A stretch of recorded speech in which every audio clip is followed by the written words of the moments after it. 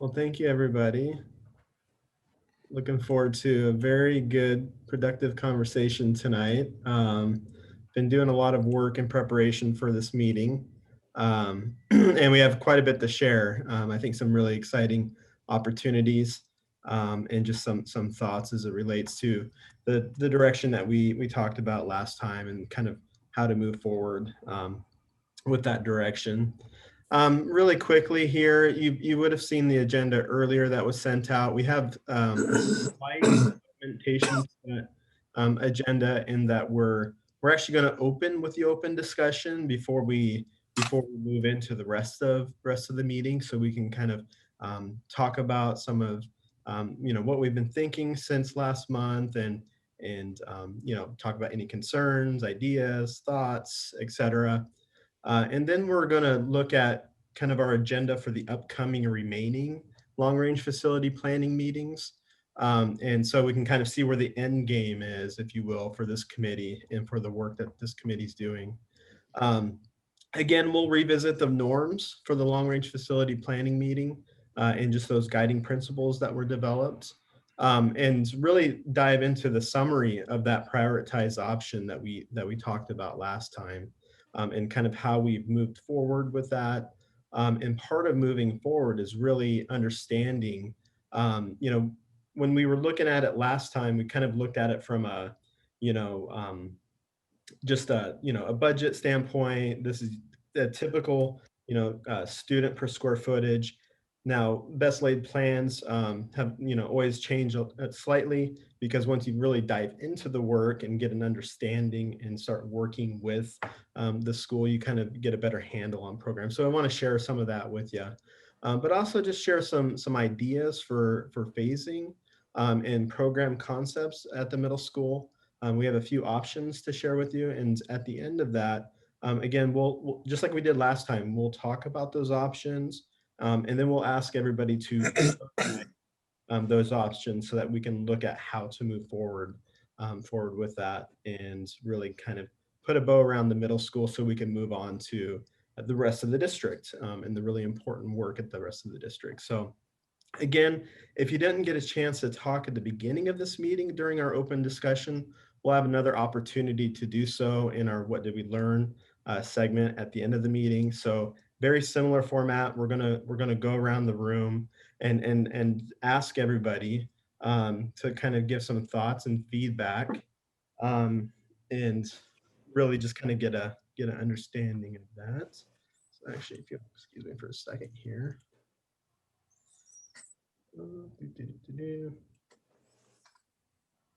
Okay.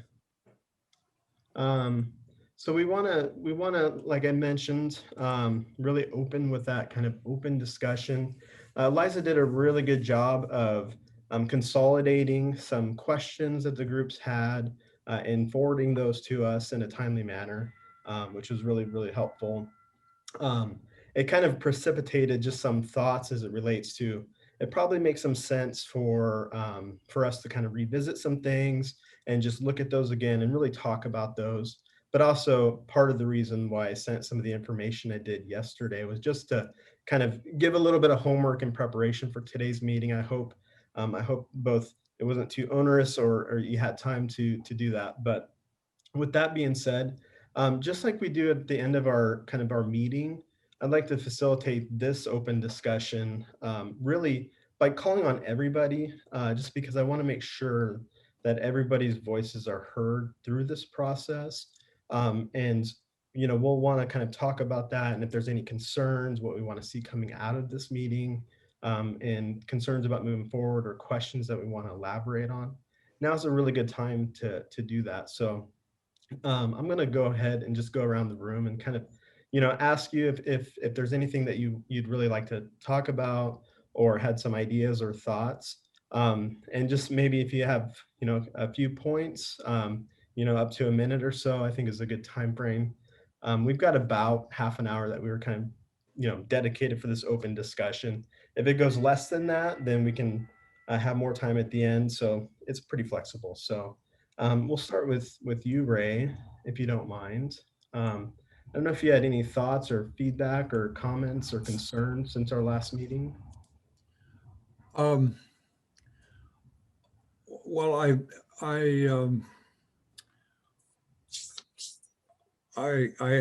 sometimes I feel like we're spinning our wheels, and we've been overloaded, bombarded. I wouldn't say overloaded, bombarded with lots of information, and I'm struggling with trying to put that together in some concise manner with the intent of eventually getting some priorities and making some decisions. Yeah, I appreciate that, Ray. And that was, I think, a good part of the focus from last time at the end was really kind of getting that prioritization and an understanding of kind of how to move forward. So I think that was really helpful, and hopefully you'll see in this meeting that will help at the end of this meeting as well. Thank you, Ray. Josh, I know you weren't here last time. We missed you. I don't know if you've had any thoughts or comments or anything you wanted to talk about today. Yeah, I watched the last meeting. I guess I'm similar to Ray, kind of spinning the wheels, but I guess one of my concerns is kind of the overall timeline of the group, how we started in March, not really knowing the severity of COVID.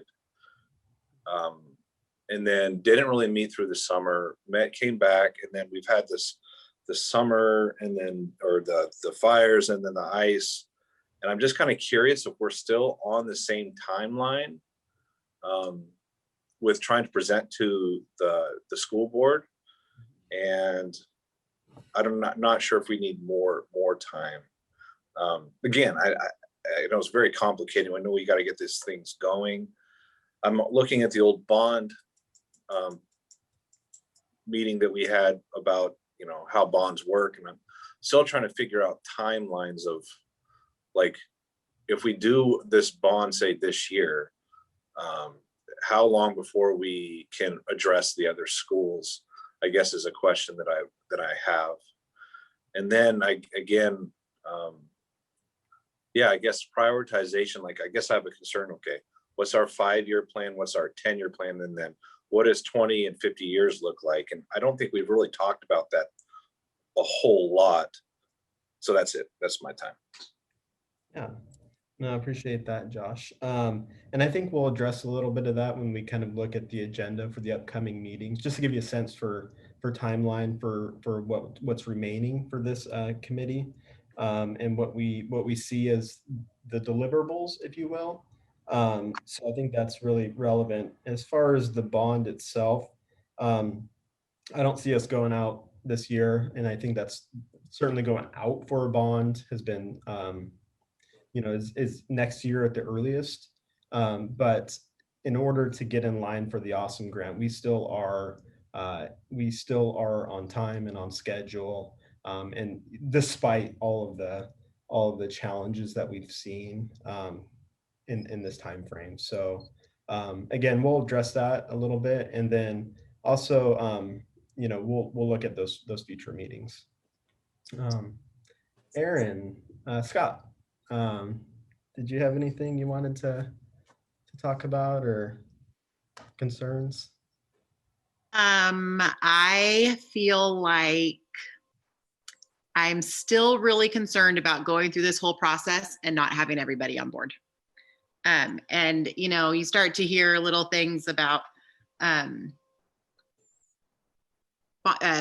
board members not wanting to do a bond and people on our committee not wanting to do a bond. So I'm still a little nervous that we're not all going to buy into this. I'm also a little curious maybe about, it feels like this committee has just gone straight to looking at the very, very immediate needs, which of course is the middle school, which is probably, it's my biggest concern, but I feel like we're not really doing a great job of looking at, the 10, 20 years, what is sustainable for our school district, what needs to be fixed, what's most financially responsible, especially when we really do need to have a bond for a middle school. So those are just a few concerns. Yeah. And that being said, I feel like we need to get a middle school bond as soon as possible. I don't think that we can wait. I don't think it's fair to the district, and I don't think it's fair to the kids. Yeah, appreciate that, Aaron. Brett, did you have any questions, concerns, thoughts since last meeting? I mean, I'll just echo what Aaron just said.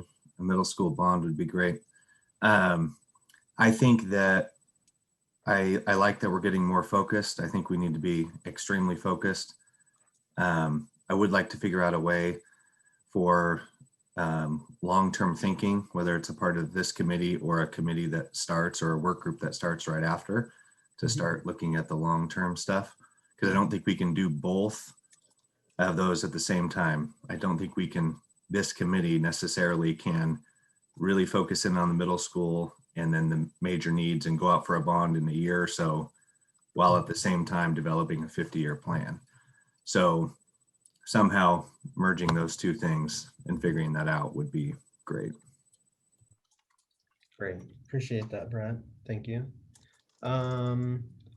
Lauren, did you want to add anything or concerns or thoughts?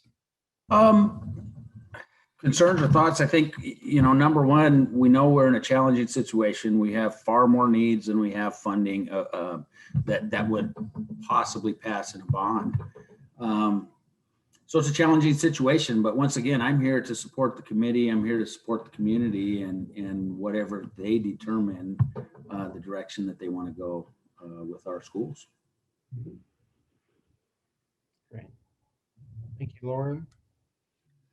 Jackie, did you have anything you wanted to talk about or address or thoughts? I think, we've hit on a couple of the things that I just want to make sure we are communicating very clearly with the public, that this bond is not addressing all the schools. And that if, in order for us to do that, the bond would be much more, it would just be far too large and probably would not pass. But we've ran into that in the past. Some people have said, oh, that high school was supposed to be built on that first bond. And what's this? There's a second. We can't run into that again. I want to make sure that whatever phrase, whatever 5-minute discussion we have with the community includes a very clear message that this is a bond that will build a middle school that will grow with our community. And I believe that's true. If the community gets larger, I think the middle school will probably be okay, but it does not address the growth and the other buildings' needs, so that they don't think this is it for the next 20 years. That, don't be surprised if you see another bond years to come to address those needs. Great. Thank you, Jackie. Melissa, did you have any thoughts, concerns, questions? I agree with Aaron and Brett and Jackie. And to reiterate a little bit of that, Jackie just talked about the 2 high school bonds and being clear, and that's totally true. But I also feel like what Brett said is important too, that we need to figure out how to do the immediate need of the middle school, but also the long-term plan. And I feel like what Jackie said is also true. And I think we have one shot to do this right. And I would rather maybe take a little bit more time and make sure that we're clear and we do it right the first time, so that we're not coming, because I just don't think our community is going to come and support another bond in 10 years when we're still paying off the bond for the middle school. So that's a big concern of mine. On a minuscule little point, I was looking back through the information from last meeting about capacity and projected enrollment and whether we needed more class sizes, the color coding with the yellow and the orange and the purple. Yeah. And I noticed that Mark Twain capacity says 350, and then it says projected enrollment in 2027 is 358, but it says that no new classrooms are needed. And I just don't feel like we can be talking about a 10-year plan when we are going to run out of room at a school already. Right. Okay. And then similarly, Pradham capacity is 72, but the numbers that Steve sent in the school maintenance budget thing shows that they're currently at 75. And again, they don't need another classroom. I don't know. Right. That's it. Great. Thank you, Melissa. Steve, did you want anything? Did you want to add anything? Well, I'm not really part of the committee. I'm just here for district support. So I just want to listen and help in any way that I can since I've joined supporting this in the fall. But I will say that just in terms of a bond, regardless of when this committee work finishes up, whether it be, May, June, July, whatever it is, there's no way that the district could go out for a bond any sooner than May of 2022, but realistically that would probably be November of 2022 to be able to do that and do it right. So we'd probably be looking at anywhere from November 2022 to May or November of 2023. So there's a lot that goes into that. There's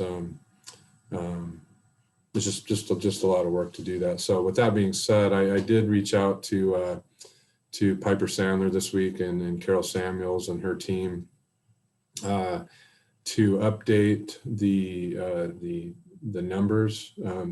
And I've asked for 3 scenarios. The one that was done per Paul Peterson's request last January was 60 million. And so I've asked for a 60, 70, and 80 million. I just picked those on my own just to kind of see how those play out.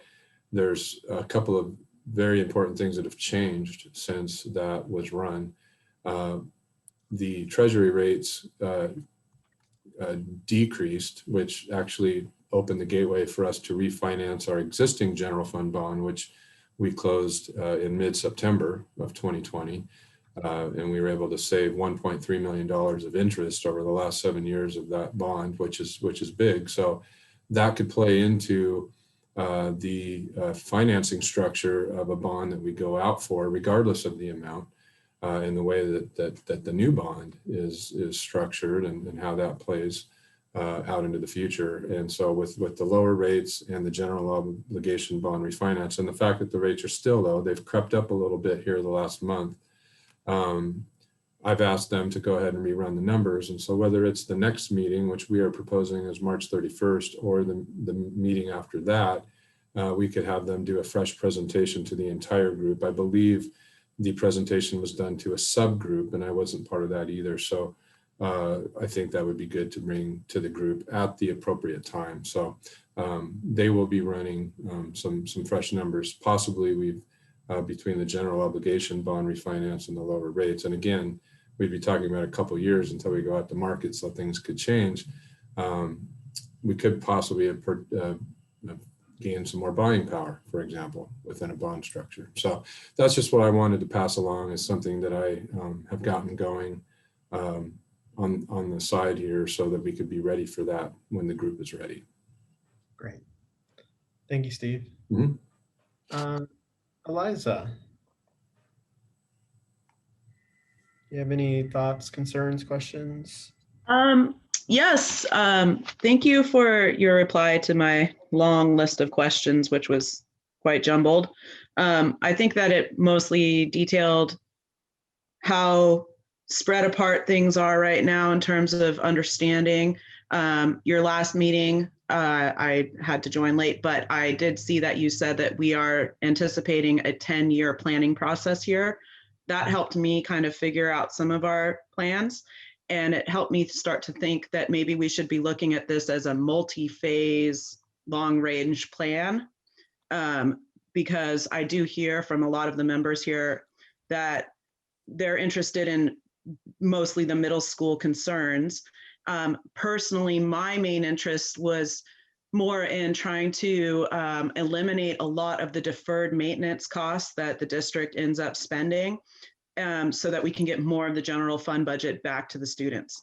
And so I would be willing to entertain trying to come up with some kind of a long range plan.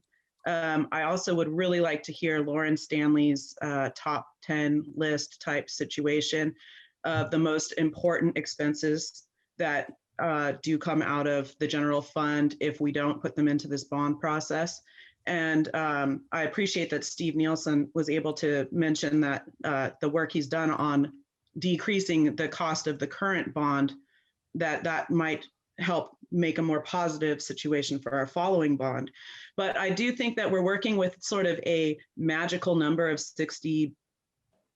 And I think that we should really consider, instead of using that number, we had to start somewhere to start getting some scenarios, but I do think that it's important to, even for messaging to our community, to know, well, our real needs are $120 million, but Right. today we're asking for 60. And Right. you know, something like that might help. And I really do feel some confusion about the level of how to place priority where, because I agree with Melissa about the demands on the in-town schools for places for students. And I'll stop there. Thank you. No, thank you. Well, one more really important issue is whether or not we have a district advisor, or who's responsible for, say, posting meeting minutes, follow-up information that's coming back from BLRB after these meetings. I feel like we depend a lot on our district secretary, and if she's the person that we need to ask to do that, that's fine. But there is no posting on the district website of the January meeting. There's no meeting minutes that I've been able to access from any of the meetings that we've had with BLRB. And there's, you know, the follow-up stuff. Sometimes it feels like we're not getting follow-up, but after Jonah sent me a lot of follow-up info, I think it's somewhere, and I just think it's maybe not making it all the way back to the committee. Great. Thanks, Eliza. And I think that's a good suggestion, Lauren, not to put you on the spot, but we might have to have you do the top 10 at the next meeting. We'll call it Lauren's top 10. But I think that's going to be part of that discussion from the district-wide stuff. Yeah. Great. Aaron, any thoughts, comments, questions? Yeah, thanks, Jonah. You know, I think I can echo a lot of what the other folks are saying here in the committee, that, you know, I think we need to really hone in our focus here and get down to, you know, really being laser focused on our next approach to what we're going to recommend to ultimately to the board. And then, which again would be we all know the end game is seeking a bond at some point here in the next year or two.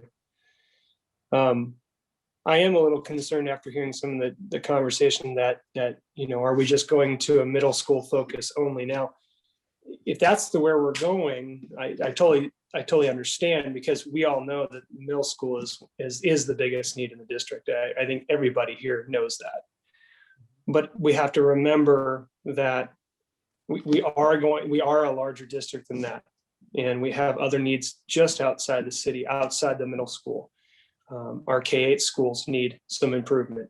And I've said this before, and I don't want to sound like a broken record, but we have to, if we are going to go seek a bond and seek the community's funding, we are going to have to help every community, every K-8 community, every in-town school community understand that if we go seek a bond, what's in it for them. And we have to be very deliberate. We have to be very clear about that. And I think maybe Aaron said earlier, we're going to get one shot at this, and I agree with that. So I think we got to have the best plan set forward on that. We have to do the middle school. That's non-negotiable, but we have to go beyond that. We can't just be focused in on the middle school. We have to focus on the other needs in our community, which reaches far, right? And we know the needs are many. So I too would love to hear, you know, if we look at, you know, kind of how we did the framework last week, we kind of set some dollars and percentages, you know, most obviously going to middle school. But if we're divvying up the rest of the percentages of a theoretical bond number, I would love to hear Lauren's top 5 for each school kind of list, or, you know, what are the top 5 plus what are some needs there that beyond those deferred maintenance projects that we can invest with those dollars. So those are kind of some of the thoughts that I have going forward, but I really appreciate everybody's diligence and input with this. Yeah, no, I appreciate that, Aaron.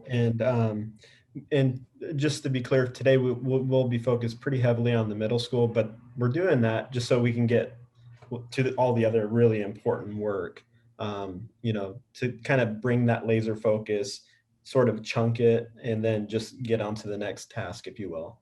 is kind of the idea there. So you'll see once we leave today, we're going to be spending the rest of our time predominantly everywhere else. Peter.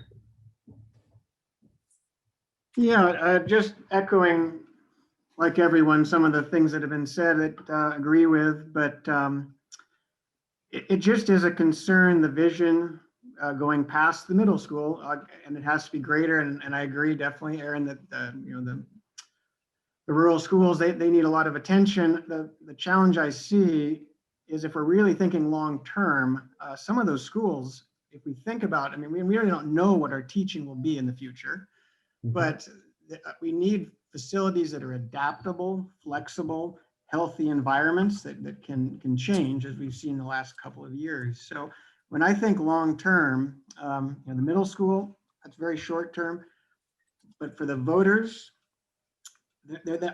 in order for this to pass, in my opinion, they're going to have to see a long-term plan. And if we can't get a lot of that into one bond, they're going to have to see that the plan is, like Jackie said, we need to have another bond down the road, and we have to be ready for that. And I don't know if that's a very good option to throw out there. So the vision past the middle school, I think, is what really needs to be discussed more. And when I've kind of talked with other folks, it just seems like we are spinning our wheels. So we kind of need to move on, but we need to make sure it's the right direction. Great. Appreciate that, Peter. April, any questions, concerns, comments? I'm going to jump on 2 points that really stood out to me and what other people said. Something Brett said, I think there's been a lot of frustration that when we first started this committee, it felt like we were going to look at all the schools, make this big long-term plan, a really comprehensive plan, and maybe that is what we're going to do. We all understand the middle school is #1 priority. Like, there's no argument with that. So I think Brett said one thing that really struck me, that if we had a clear understanding that we're working on the middle school, and then this group is going to keep meeting and working to make a really good 30 to 50 year plan, I think that would alleviate a lot of what people are feeling frustrated about, that we're not addressing the bigger picture. So maybe if we know we're addressing the middle school first and then working on a real 50-year plan, I think that would help everybody understand what we're doing and that our focus includes all of that. Then the other point I think Jackie and maybe Melissa both touched on, this bond is not enough to do everything. And that has been a fault in the past with our bonds, is not having our citizens understand that completely. So I think that's going to be really a challenge to get the messaging clear, that either we need to pass a huge bond, or we're going to pass this bond and we're going to have to pass another bond not that far down the road, because we do want to address all of our schools. We do want to make the improvements at all of the rural schools too. So I mean, in a dream world, after watching the video of your school in Washington, I'd love to build that school for all of our schools. I'd love to pass a $200 million bond, but I just think it's going to be really important to communicate that if we pass a $60 million bond, it's not going to do everything for a 40-year plan. And I really liked what Brett said. I really think if we all understand, yes, we're working on the middle school, and then we're going to work on a big, long plan that looks at everything, that makes me feel better about what we're doing. Right. Okay. Great. Thank you, April. Let's see. Who haven't? Sierra. Oh, so it's Brandon, but the name it's all right. Yeah, just put it on repeat. Obviously, middle school needs to get done. We need a lot more than just that long term, and I would like to at least discuss addressing it. It seems like each time a big bond number comes up, it's just kind of thrown to the side. Oh, that can't happen. This community won't do it. Well, maybe with more public outreach and more understanding, maybe we at least attempt something bigger that addresses more. And if it doesn't, and if we find out it can't happen, so be it. And we do this again whenever it has to happen. But yeah, so basically what everybody else is saying, sounds like. Great. Thanks, Brandon. Tom, do you have anything you want to add, questions, concerns? No, comments. I came in 6 months ago, so I wasn't here from the beginning, but just an observation. People are saying we're not. I mean, the focus is on the middle school, and there's still a lot of money in the budget for a lot of real improvements in the rural schools. We're not building anything new, but from what I recall from the last meeting, there was real improvements. And folks in the rural communities have seen some great improvements with some of these seismic grants. And so if we remind them, those are real improvements at Scotts Mills, Butte Creek, Victor Point, and even in town at Mark Twain also. So the rural buildings are being taken care of. And one thing I remember from the bonds, maybe Wally can chime in on this, but 8-9 years ago, there was virtually zero money for the rural communities. And this bond has some money out there for some real improvements. I remember being there really wasn't much for improvements at all back then, but now there was some money available in this fund. I don't remember what the details were. So as we think about it long term, and I see a lot of folks wanting to think out 20-30 years, when we compare 8-9 years ago what we were thinking on a bond and what we're doing now, there is a lot more money there. We're addressing the needs of in town, and there is some real money being spent in the rural communities, though there's not any brand new construction. There'll just be some nice improvements. And I'd like to think that the next bond we'd step even closer to getting what my vision has always been of getting, whenever you try to have a bond, try to spend half the money in town, half the money in the rural areas, because that's always been kind of where the populations are from. Half the kids are in town, half the kids are in the rural areas. Half the voters are out of town, half the voters are in the rural areas, and half the tax money comes from rural versus in town. So, we're moving toward that vision. So yeah, it's slow, but from where I sit, we are going there. So, very good. I hope that helps. Yeah, no, I appreciate that, Tom, and I think you're spot on. That's exactly where we're looking to go. Appreciate that. Other Tom Newton.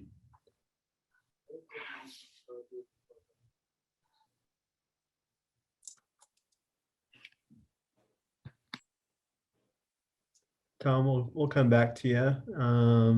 If you're on mute right now. Let's see.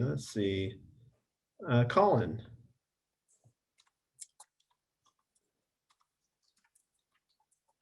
I got a lot of thoughts. I don't know that I can say them all in a minute, but my first thing is that's why I was very, I think, opposed to Plan D at the last meeting, because I said it then, and I'm going to say it again, that I think after what happened with the high school and you lied to me, we had 2 bonds, whatever. If we pass D and we'd actually do small improvements, people are going to say, you did this for 20 years, you're set, you don't need anything else. And I just don't see how this is going to get us through 20 years. And I did some research, I didn't have a chance to look at the videos, but you had mentioned Astoria and Kalama, and Kalama was 3 schools in their entire district, and they passed money way higher than what we did. Astoria is $70 million. They're not even close to the size we are, not even close to the amount of kids we are, and they have 4 schools. We have 11. And I think that's a very big challenge that we can't wrestle in 2 more months with what we're looking to do. I think we have to, and are going to have to spend a lot of time really drilling into this and figuring out how to make this work, because I just have real concerns with trying to do a little bit for everything right now. And Wally just brought, or Tom brought it up, but I think the 2013 bond was configure Slater campus to serve grades 5-8 district-wide construction and maintenance and reconfigure Mark Twain and K4, and it failed. So it did have stuff in there for the outlying schools, and it still failed. There was a line item list that went down for Butte Creek, a bunch of things. So if that failed then, how is it going to be any better now is kind of my question. Great. Thank you, Colin. Lisa.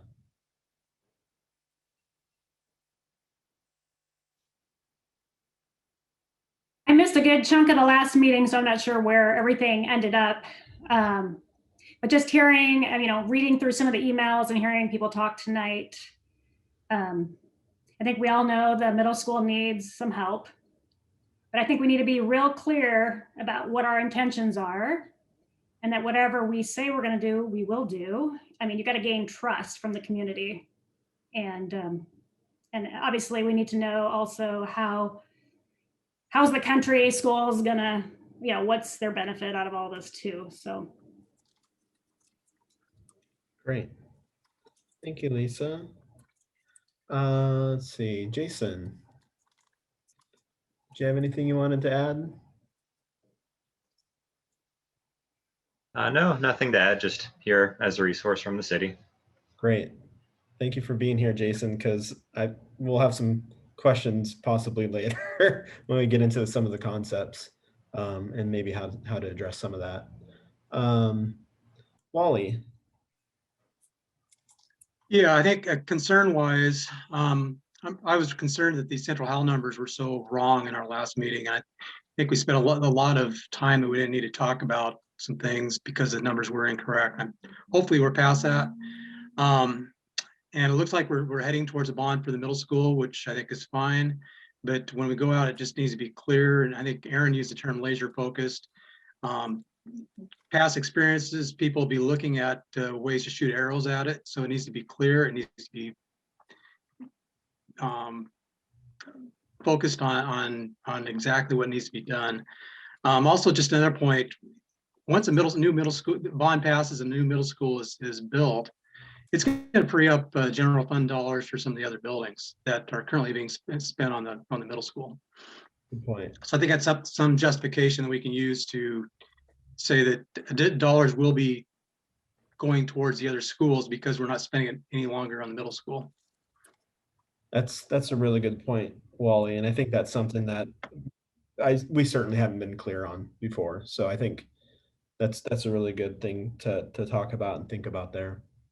Did I miss anybody? Tom, I don't know if you wanted to add anything or if you're there. Did I miss anybody before we move on? Great. Hey, Jonah, there was a discussion on chat about seismic reinforcement grants. Yeah. If everybody hasn't read that, they are still available. The application is in December. The award is in April.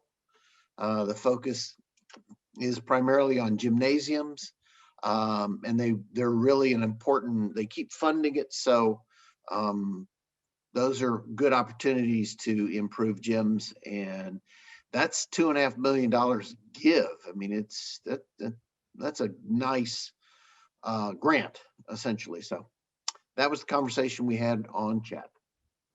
Great. Thanks, Richard. Jonah, can I say something really quick? Tom is up at Timberline and he's on a phone call. He texted me and said he's not muted. Could he possibly be muted from the district side? I mean, is there a tech person that can tell? Because he said he's not on mute on his end. Maddie? Everything looks good on my end. Okay. Let's see, he's unmuted now. Can you hear me now? We can hear you now, Tom. Oh, can you hear me? We can hear you. Yeah, I did not have my phone muted, but I had to hit *6 apparently. So I haven't had technical difficulties, obviously. I wanted to know, I was told I needed to make requests at this meeting for documents. Is this the time to do it, or is that later? I don't know what you guys think, but maybe we could do that later. Or what do you, Steve, Scott? I mean, anytime really for me. I mean, works, Tom. All right, so I just want, I think, connection is marginal. yeah, I think we could do it now just to get a list assembled and make sure that's, the group kind of agrees on things that they need moving forward, so we can work on that for the next meeting and then moving forward.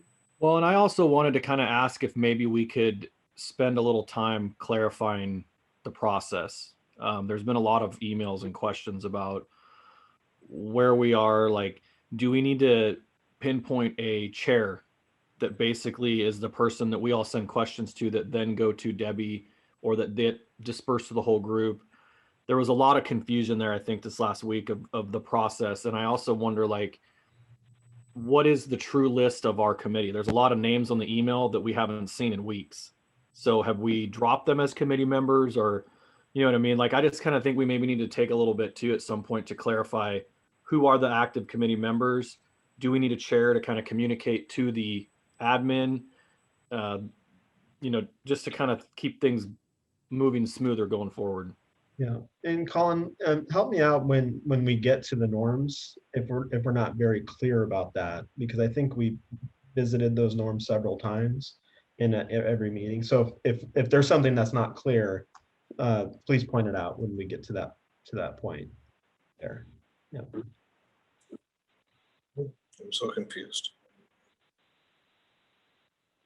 Tom? So I had 4 requests, but I also wanted to make a couple of comments. I don't know if people can hear. Yep, can hear you. All right. So my 4 requests are there. I would like to have posted on the website for the LRFP the engineering study that was done on the original middle school or the original high school back in 1992, roughly. The long range plan from 1997 and the long range plan from 2007, and the engineering review update from, I believe it was 2010 thereabouts.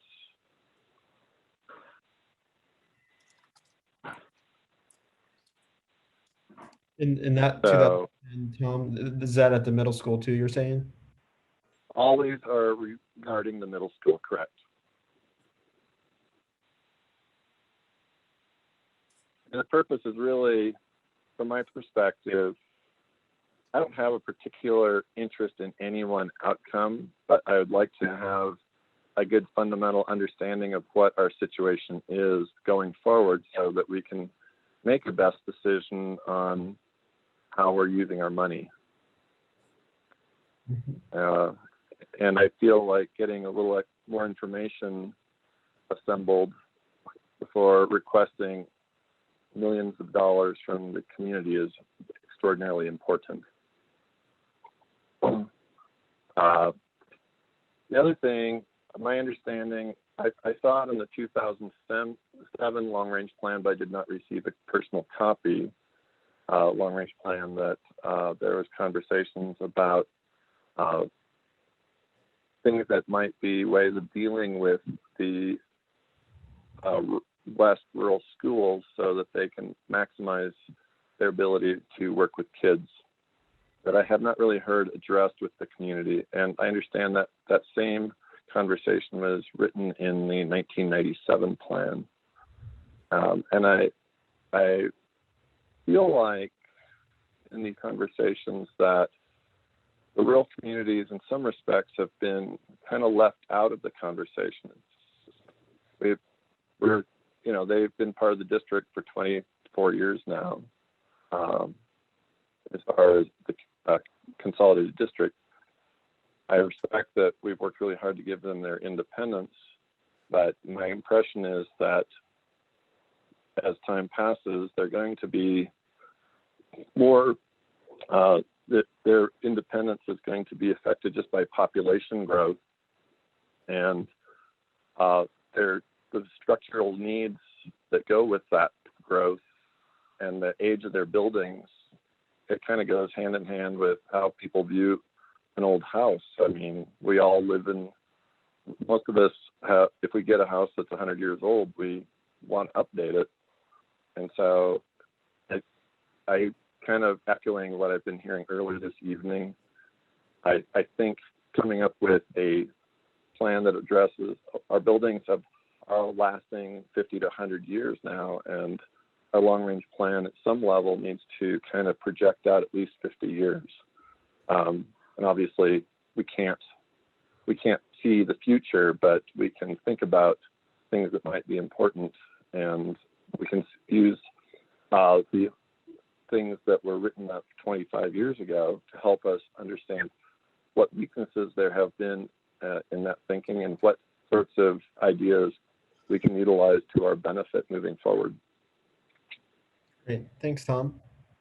I think we missed Sean. Well, that's because I was late. You know, when you're a hobby farmer and the pig breaks the fence, you fix the fence, right? So sorry for being late. So I'm really not sure, you know, what I missed. So I don't really have something at this point. I don't have anything to add to the current conversation because I missed it. Okay, great. Thanks, Sean. Hey, Jonah, I have a quick question about what Wally said. If we replace the middle school and it saves money from the general fund, is that because the cost of maintenance goes down and that money from saving maintenance goes to the general fund? Is that why that works? That's exactly what Wally is deferring to there. Josh. Okay, thank you. Great, thank you. Great, well, thanks everybody. And again, we'll have an opportunity at the end of the meeting today to talk some more. But kind of wanted to just give everybody a sense for the agenda moving forward and how many meetings remain of this long-range facility planning process.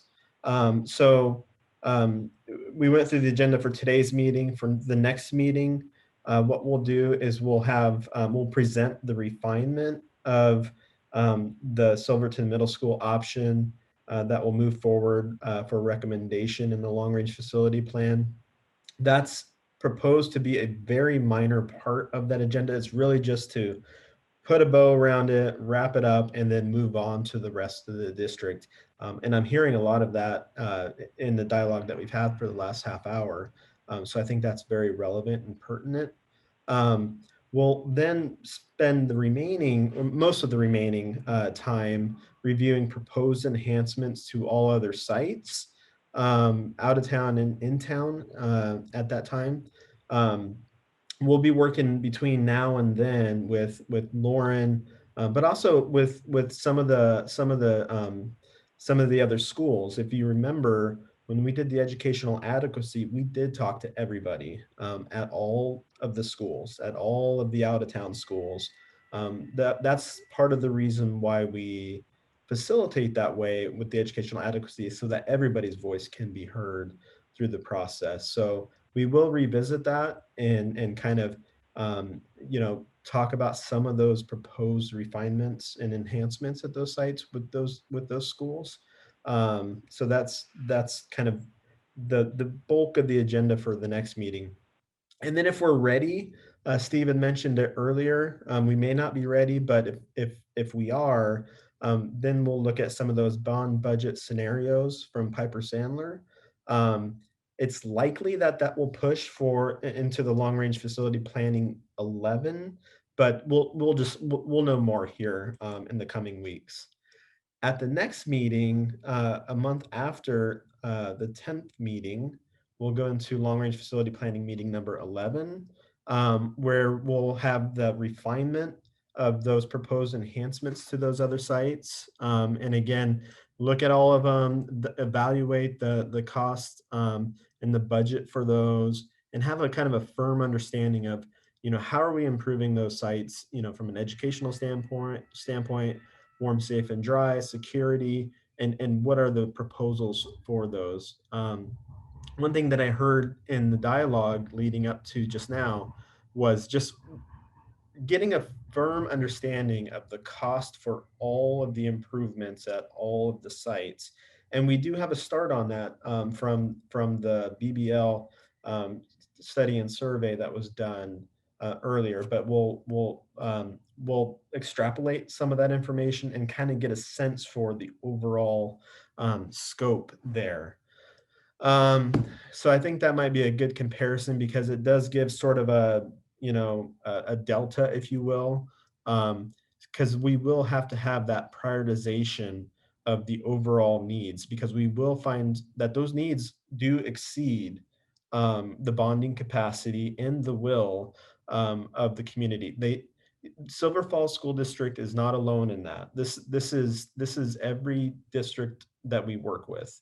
Even, you know, as Colin had mentioned, Klamath School District, which has 3 schools, they didn't get everything that they wanted out of that bond, and their bond desire exceeded the needs for that. In fact, we actually have a meeting next week with Klamath School District to talk about phase 2, which will be a potential bond in the next 5 to 10 years. So there is a continued dialogue after the fact, but that's kind of what we're doing with Klamath School District there. Every district's in the same boat. It's just the reality of how funding works, and how when the inventory gets older and outdated, that's kind of what happens. So you're not alone in that need. If we do have those bond budget scenarios and kind of a grasp on, you know, the dollars and cents related to that, and what the taxpayer may expect out of that, we may look at some prioritization of kind of those numbers, and come to a consensus for recommendation to the school board on some thoughts of where that may be.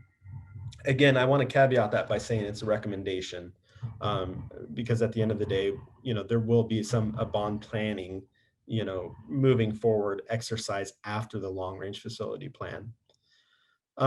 Moving into our last meeting for the long range facility planning meeting is when we'll take a review draft of the long range facility plan to be presented to the school board. And that's when we'll kind of look at everything that we've done to date, and we'll put a bow around it after we've analyzed the middle school, finished the middle school, and then finished all of the out of town schools and also the in-town other in-town schools. We'll refine that draft plan during that meeting, and if there's any refinements that need to be had, and then we'll want to make a recommendation to present that draft long-range facility plan to the school board. At that time, which will be about May, which aligns well with both our original time frame and then also the contract. That's really when we're anticipating having that plan to be in alignment for the Awesome Grant and for the ODE requirements there. So that's kind of the agenda moving forward.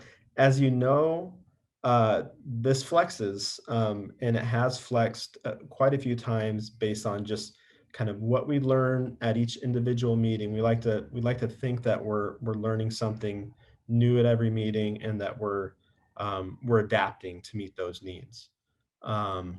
So that's kind of the thought there. Scott, I don't know if you wanted to say a couple things at all before we move on to the summary of prioritized option. Sure. Well, you know, I've talked to several of you over the past week or so, and I just, you know, wanted to say how much I enjoy that. I was speaking to one committee member, I think it lasted about an hour, just really great discussion. That was yesterday even. But for me, as a relative newcomer to Silverton, the area, to Silver Falls School District, some of the things that I hear are trying to, like Brett said, trying to strike that balance between what do we need to address in the immediate future, and then balancing that out with a long-term plan. And it just seems to me that we might want to consider that after this process that we create something like a long-range facilities planning superintendent's work group, or work group that meets often to talk about these types of things, because one thing that's really clear to me is that everybody has really good ideas and strong feelings as well. One of the things I believe Eliza said was being able to be truthful with the community in terms of what is the actual dollar amount, how much do we need to fix everything. I think that's a really key thing also. And then maybe addressing the actual bond figure that we need for our immediate needs. But in all the people I've talked to the past 8 months about Silverton, Silver Falls, facilities or other, the one thing that comes up in every single discussion is the word trust. That is a permanent theme that has come up in my conversation since I started with Silver Falls way back in May of last year.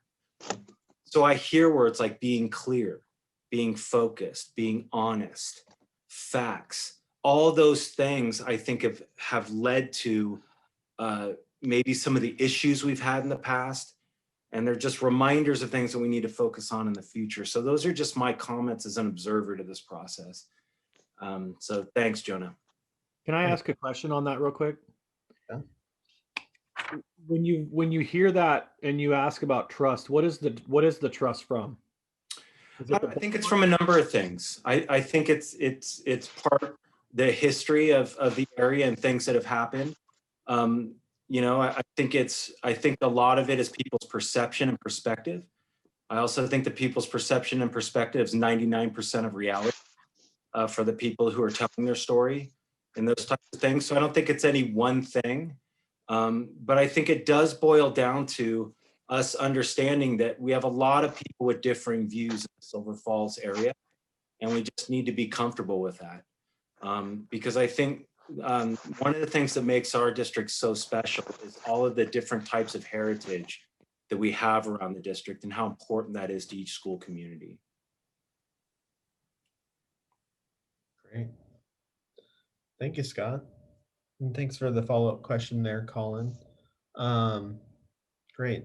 I think that's really really appropriate, and that having that kind of discussion post this recommendation, that continued dialogue and continued discussion, I think is a really, really key element. So again, I know we've visited every meeting, but I think it's really important that we do it again. Again, be respectful of other ideas and opinions and questions. And I don't have to say that because we always are. So I feel really good about that. Be engaged and actively participate. Again, I don't need to tell this group that at all. Everybody is very engaged, and we always have good, just really good dialogue and good participation. There's no bad ideas. Meetings start on time. Of course, there's always, the occasional, fence that we got to fix and other things that come up. So, we want to be adaptable to that, but become ambassadors for the project. So when we create that draft plan, the hope is that we all can coalesce around that vision and become ambassadors for the project moving forward. But also be open-minded and think outside the box. And that thinking doesn't stop at the conclusion of this committee work. That continues on post-committee. Consensus decision-making, again, we'll visit that in the next slide, what that means. But be a good listener, keep the needs of the students first, and we are an advisory group. So the final decisions are made by the board, but we will make a recommendation to the board. And of course, have fun. Consensus is about honoring the input of each and every long-range facility planning committee member present at these meetings. That's honestly a big reason why we want those to happen in these meetings. It's just so that everybody is involved and everybody hears the same message.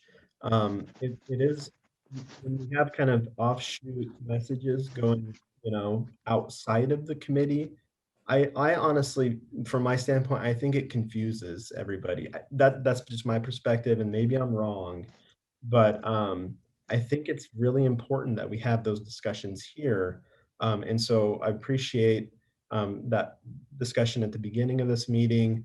I appreciate Eliza's consolidation of those questions. And I appreciate Tom's request at this meeting for additional information. It's about honoring all the foundational work that's been done to date. Again, I think, Tom had a really good thought about looking at the old long-range facility plans.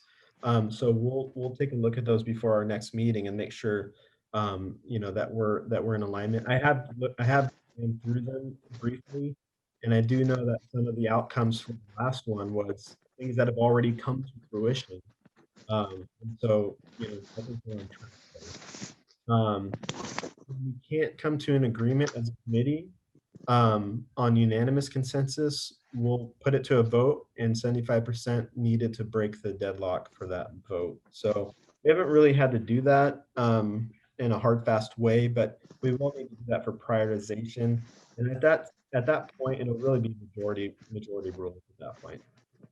So Jonah, I have a question on just clarification of that. So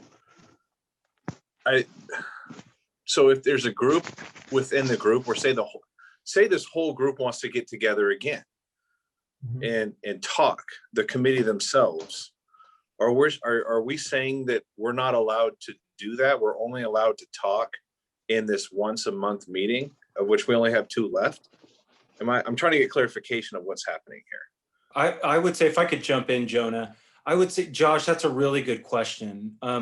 One thing we have to keep in mind is that this is a board sanctioned committee, which means that we need to follow all public meeting laws, which means that all business has to be done during a committee meeting. So we just need to be really careful, because a lot of times what's happening is strings of emails are going around and people are left off, or it's only going out to a certain group, and that could easily be misconstrued as a board sanctioned committee doing business outside of a board sanctioned committee meeting. So we just need to be really careful with that.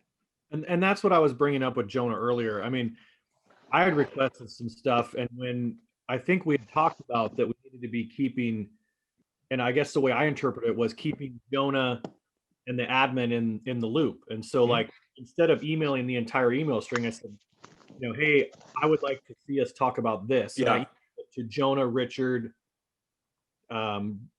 Debbie, and Scott, thinking that was keeping everybody in the loop. I wasn't trying to exclude anybody, and I think that's where we need some point of clarity of how. Sure. And then also, that's what I was kind of bringing up earlier, is what is our quorum based on the list that we have? And do we have every school represented in that list and in that quorum? Yeah.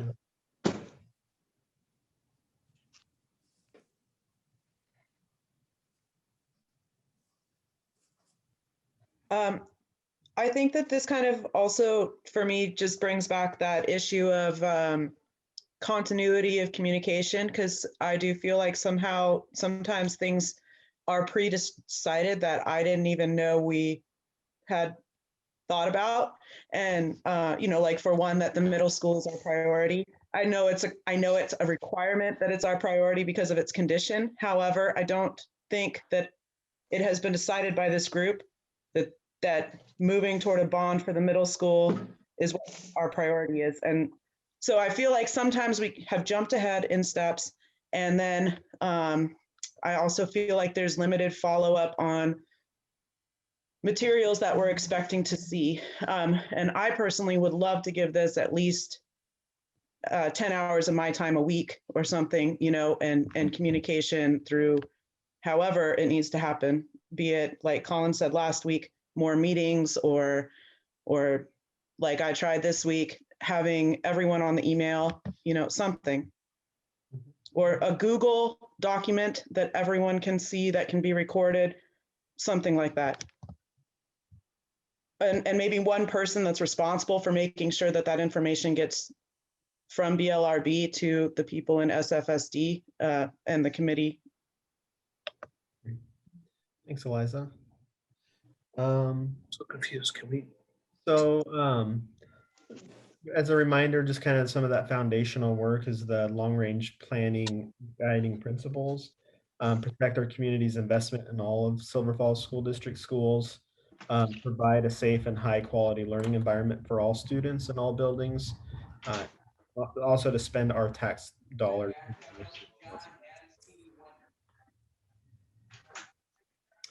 I don't know if we can put somebody on mute there. I'm not sure who that is. Is that Lori? Lori, can you hear us? Yes. I don't think you're muted.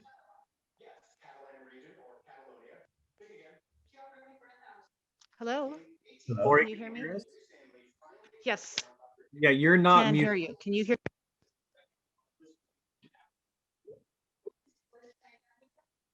Yep. So let's look at the summary of prioritized option. Just that outcome from our last meeting, just as a reminder of what we did decide as a group at our last meeting, and kind of the outcome there, and why the middle school became the priority moving forward. There was a question that came up about just that really embarrassing mistake that was made on this diagram related to Central Howell, in the projected enrollment there. So that's been updated. As you can see, it's still a challenge from the enrollment standpoint, still red there. And again, that kind of dovetails back into this diagram. So all of this information will be sent out just to make sure that we're all copacetic there, and that we've met those needs there. To your point, Melissa, on Robert Frost, maybe that capacity really needs to move to orange because of that, that need there. And I think that's a good point of clarification there. Actually, I was talking about Mark Twain. Oh, I'm sorry. That's again, Mark Twain. Okay. And possibly Pradham.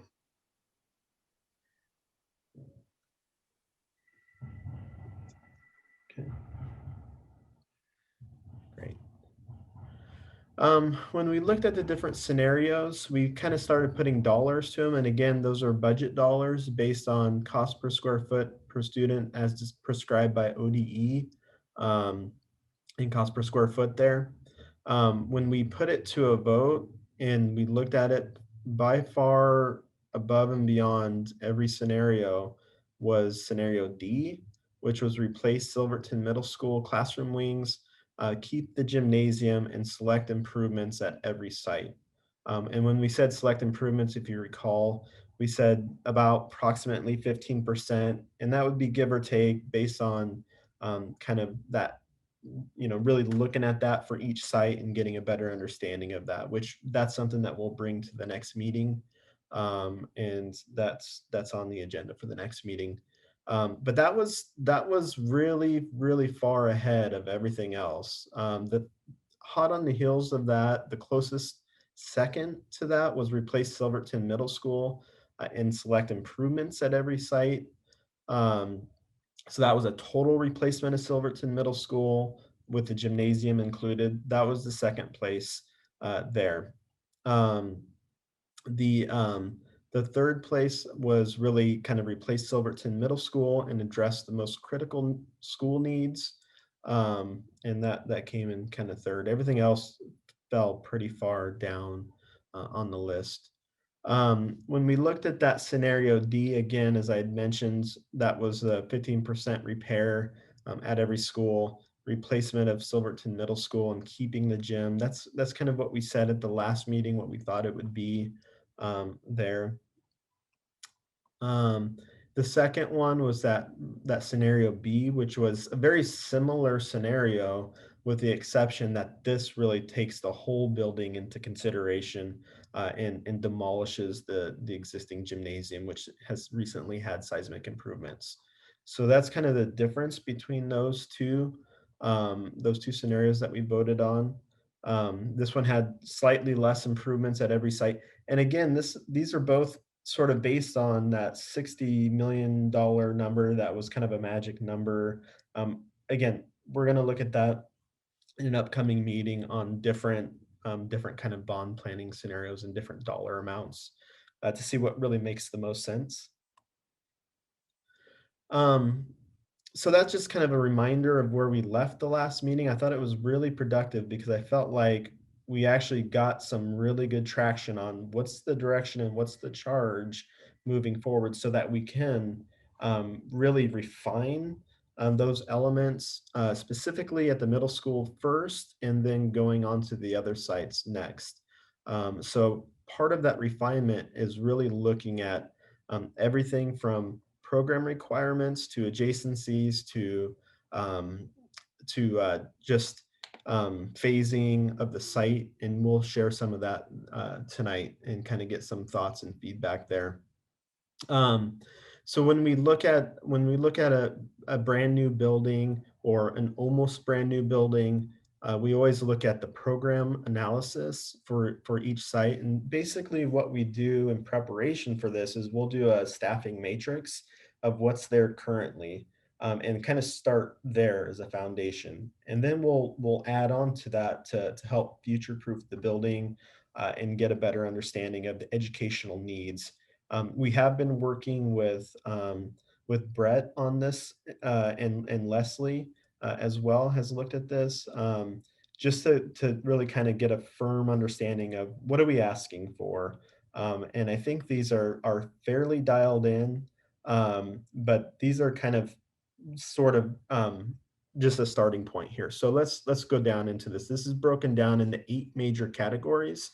The first one is the grade level communities. And when I say a grade level community, what we mean, similar to the, if you had a chance to watch the Kalama Elementary School video, when we talked about houses there, that's a very similar thing to the grade level community. This is specific to 6th grade, 7th grade, and 8th grade. So you can kind of imagine 3 of these for each one. What we looked at programming was really 5 general purpose classrooms per grade level. And you'll see in the next slide, we've actually got some additional classroom space, but 5 general purpose, 1 science lab per grade level at 1,200 square feet. Of course, every science lab needs storage and prep, and about 180 square feet is what we typically design to. A learning commons, which is really that central element that binds all those classrooms together and kind of creates that flexibility, adaptability, and agility that was talked about earlier, and gives opportunities for diversification in learning modalities and really kind of thinking about how students learn the best and providing opportunities for IEP and things like that. Speaking of IEP and individualized learning, small group rooms are good opportunities for that as well. So we're looking at doing one of those in each grade level community. And again, that's kind of an area that can be isolated and you can have private one-on-one conversations there. The open small group room / cafe is really just kind of a fancy way of saying an extension of the learning commons, but slightly private, not as private as a small group room, but somewhere that some students can tuck away and do some tutoring or just one-on-one, or having kind of small groups within the larger context. Now the home base is something that's really interesting because it's different from district to district and school to school. We see middle schools that are going completely away from lockers, whereas some want lockers or some want a combination thereof. So what we've looked at in kind of in this scenario and in previous middle school scenarios is creating sort of an alcove entry area to those small group learning areas that can serve as a locker alcove. But if it isn't outfitted for lockers, it can also serve as kind of a small group area, really adaptable. Having a staff team workroom for each grade level grouping is something that's been really important to districts. And that's something that I think we'd want to provide here. Again, that's just where teachers can collaborate with one another and work and even have lunch together if they want to, kind of in a smaller group setting. Always strive to have outdoor learning adjacent to the learning community. And then of course, student restrooms and staff restrooms, you would have seen in that video, it was really important that we had those within those learning communities. So so that for a variety of reasons, it's close by to the classrooms, but also it gives the opportunity to really have a community self-sufficient in a sense there. There's also the unfortunate, reality of thinking about SEPTED principles, which is really about safety and security, and in case of an intruder, and the ability to lock down one of those learning communities and have all those functions available if you're having to stay in place is something that's been pretty important to districts. Here on the right, you see the parking requirements per the city code. And this kind of gives you a sense for how many stalls we're going to need. So for the classrooms, it's basically 2 spaces per classroom. So you'll see that tally up towards the end on how many parking stalls by code that we need. If we need more, we'll have to add more. As I mentioned earlier, those additional classrooms, we're looking at multi-purpose classrooms and dispersing those in those grade level communities. So there's really kind of 6 classrooms in those communities. These function for SLP and LRC, but can just flex in a variety of ways there.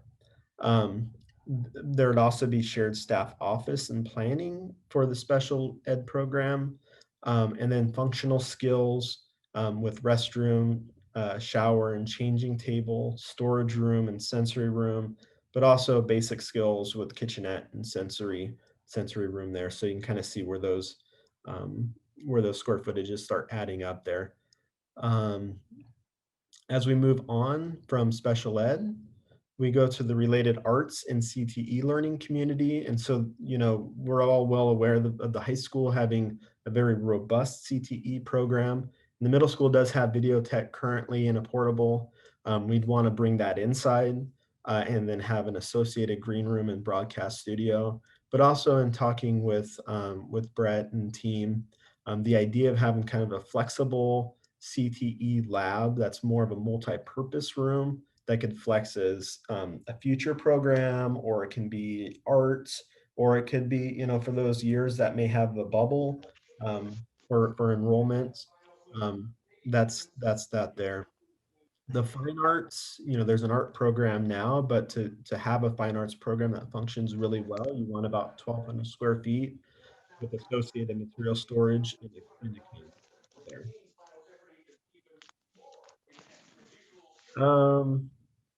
For the performing arts,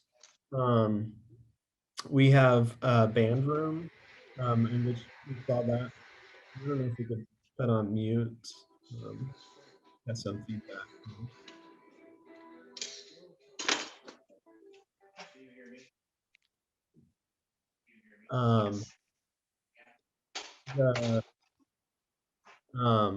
The band room. We have 1,500 square foot band room there with associated student storage and school instrument storage, and a band teacher's office there. Choral rehearsal room. Understood that we have choir halftime currently. But if we wanted a choral rehearsal room, that would be about 1,500 square feet.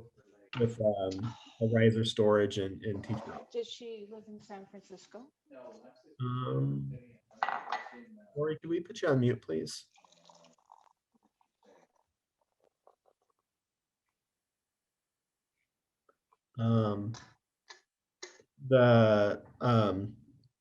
So that's for the choral room. And then a lot of times what we do for middle school is create kind of a very flexible stage area that's saddled with the commons. So the commons really being that multi-purpose space for lunch, and that stage serving as it could operate as a classroom. It could have an operable partition on the front, so it could double as a classroom, or it could potentially be music. Even though we have a band room, there may be music there. There may be drama, a variety of things that can happen there. Oh, Maddie, how wonderful. hey Maddie, Yes. we can put Lori on mute, please. Yeah. Oh, that's okay. What's the name? Lori, I think. Yeah. And then, of course, shared practice rooms. Those practice rooms can be used by choir or band, but the idea is that they're shared there. So that's for the performing arts here. For PE, again, we're keeping the gym. One thing that we learned since our last meeting is that we still want to look at doing an auxiliary gymnasium for the middle school.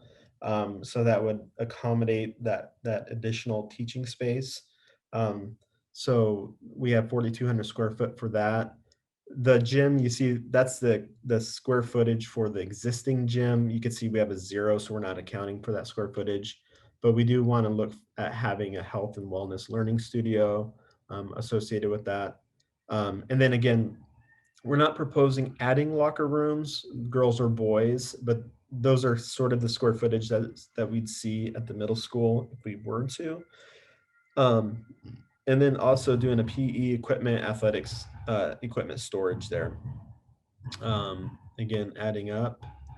When we move into the library digital media center, again, really the big takeaway here is 3,300 square feet is pretty comparable to what we typically see at a middle school this size. And part of that is because they're really functioning more as media centers and less like book storage. We'll still have book stacks. We'll still want to accommodate up to 8,000 to 10,000 volumes there. But we'll still want to have that flexibility and think about kind of how that's distributed throughout. Of course, you want to think about quiet reading space. And then this is another function that we've seen quite successfully at middle school libraries and media centers is collaborative workspaces that can flex and maybe have an operable partition between them. So you can kind of have 2 meeting areas, or it can be 1 large classroom, but the idea is that it's flexible within that media center. Of course, internet research stations, though, those would be distributed throughout, obviously, with Chromebooks and the like.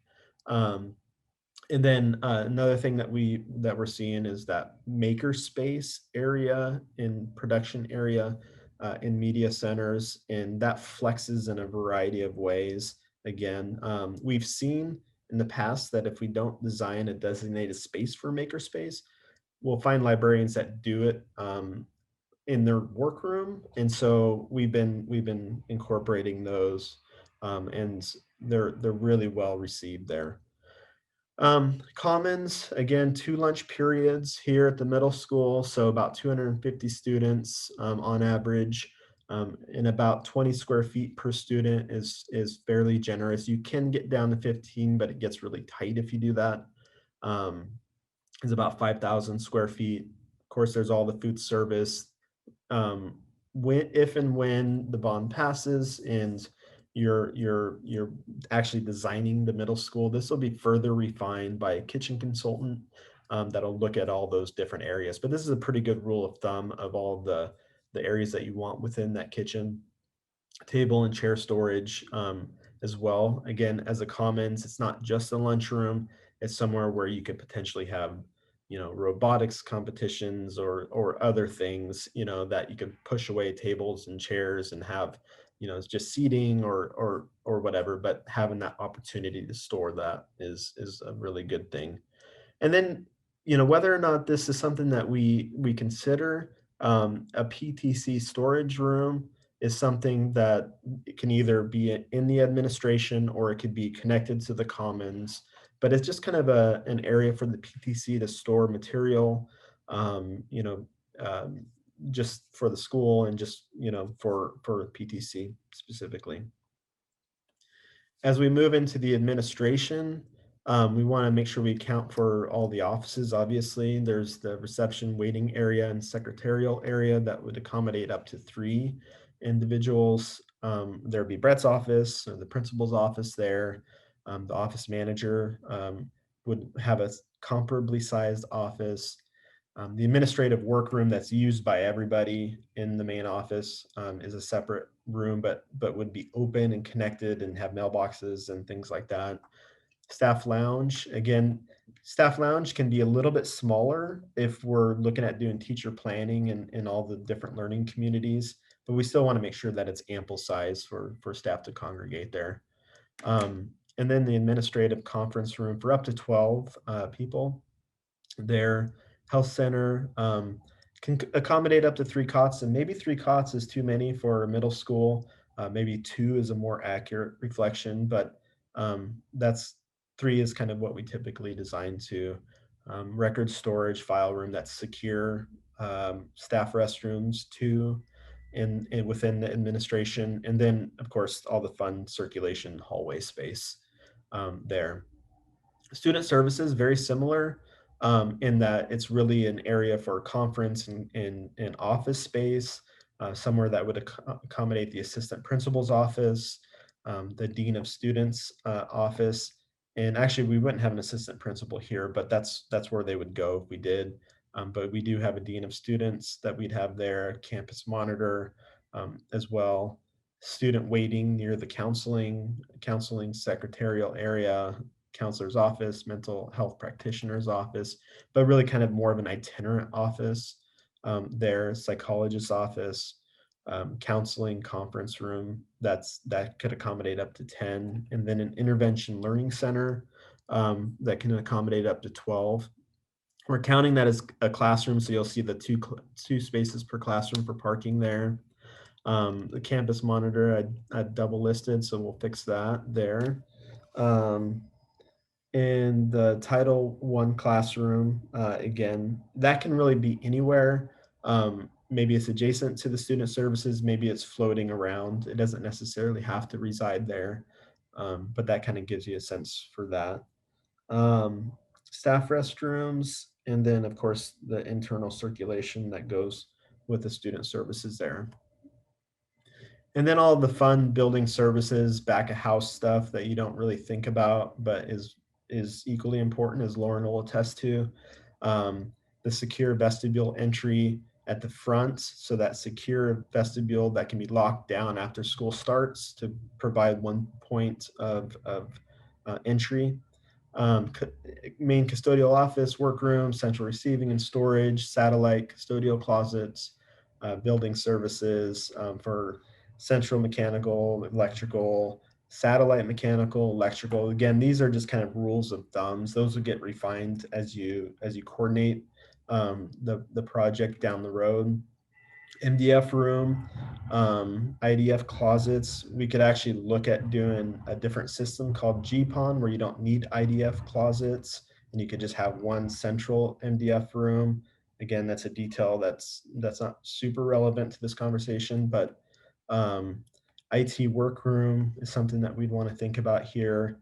And then of course, all the circulation, stairwells, elevators, machine rooms, walls, are factored into the gross square footage. So each classroom, we'd be taking the square footage out for walls and building structure there.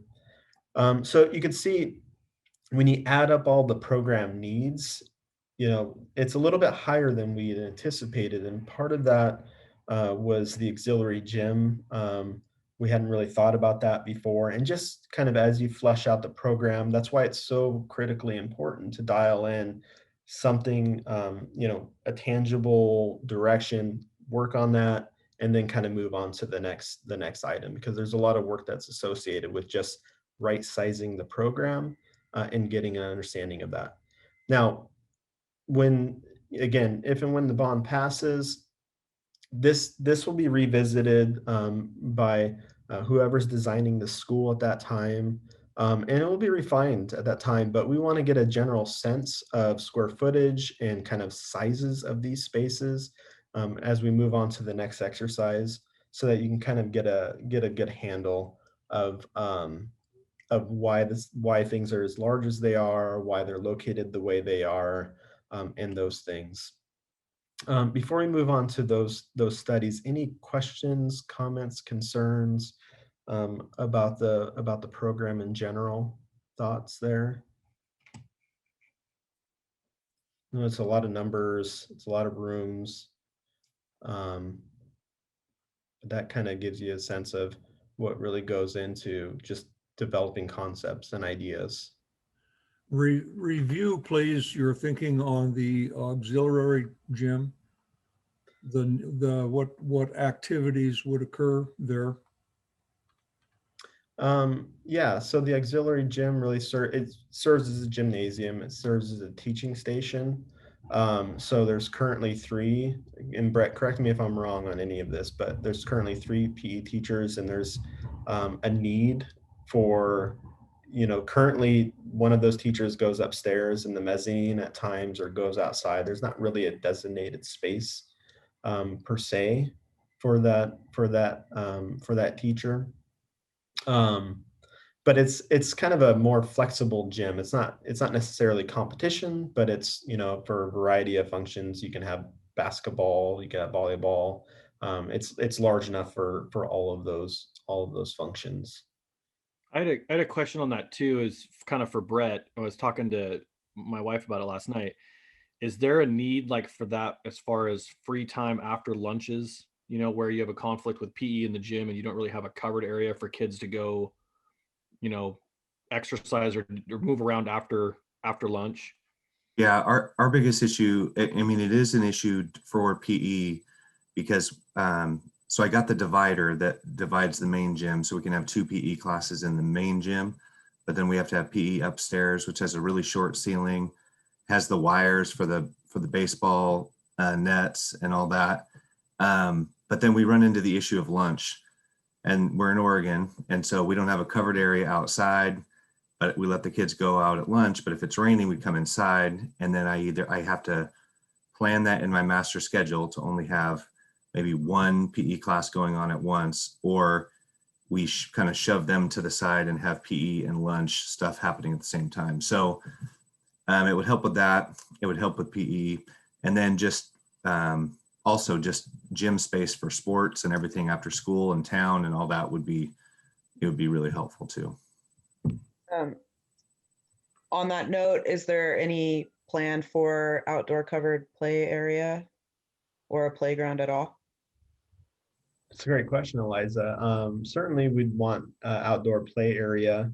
A lot of times we do design those outdoor covered areas. Is that something that we should consider for the middle school here? It might be a good alternative to an auxiliary gym if we can't afford it. I mean, I don't know. Otherwise, I totally see your need for it, Brett. I do. Yeah, there's been people have talked about putting the cover over the tennis courts, and which would be cool for the community too, to have a covered tennis area also. But yeah, Sean's chiming in there too. I don't feel like you can not have an auxiliary gym though, because then we're just putting all this money in towards a middle school that's already going to be a step behind. Yeah. I feel like you need both, but an auxiliary gym is a must. Yeah. I think that's fair. I think that outdoor covered play area is also important at every school in Oregon. Yeah, and we can add that to the program. That won't add any square footage because it is outdoors. And we can strategically locate that and think about that as, maybe that happens in an area where students are getting picked up by the bus or parents, as well. So it serves a double function, not just outdoor play, but we do that at times as well. And I have a question, and this might not be the right time, but I want to have this conversation, I guess, at some point is, do we strictly refer to this as Silverton Middle School, or is there any way to possibly talk about Slater campus improvement? Because one of the things, and I know it was a hot button issue 8 years ago or whatever, but we're not going to have another football field and have varsity football moving in anywhere else in our district. And it was brought up in the chat, what are we going to do about team rooms and things like that? So is it also maybe a way to incorporate into this a athletic, locker rooms, and maybe expand those locker rooms a little bit to be able to have football have a locker room there with gear and everything, instead of the mod and some of that with showers and all that, because it's going to be a long-term issue no matter what. And I know that labeling it on a bond as a football locker room or whatever might not be a good idea, but if we label it as a athletic complex locker room, something, you know what I mean? Like, these are all the many issues we have, but I'm just wondering if you kind of go down that road, because for another example, baseball, varsity baseball is at the Slater campus. Their locker room, they don't even have one. They have the old hitting shed as half their locker room. And I've heard people talking about, when you talk about Title IX, you know, softball, varsity softballs at the high school, they have a locker room. Varsity baseball doesn't have a locker room. So these are a lot of issues that we haven't even started to delve into yet. And I just wonder if that's something to kind of look into adding into this. Yeah, that's a good question there, Colin.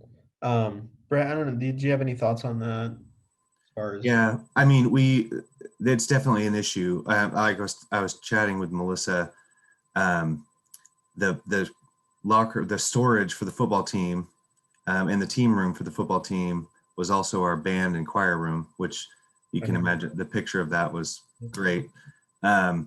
And with the purchase of the mods, and the high school took one of those mods and put it within the fence on the football field and made it their storage room and / team room, which that helped a bunch.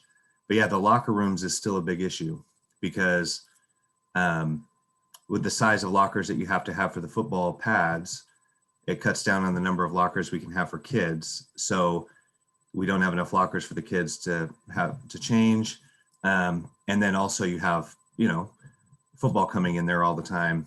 And so, yeah, that's something to really think about, either expand that capacity or think of something different for the high school. But yeah, it's a long-term issue. Colin's right about that. With the football field isn't going anywhere. So. Right. So we'll work on refining that and bring that to the next meeting. Just kind of some thoughts there on that item. Anything else besides the auxiliary gym, or is there anything else at the auxiliary gym location, physical education?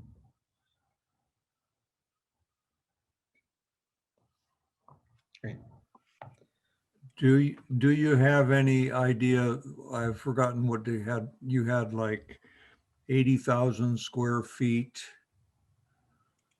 total. 84. How does that compare with?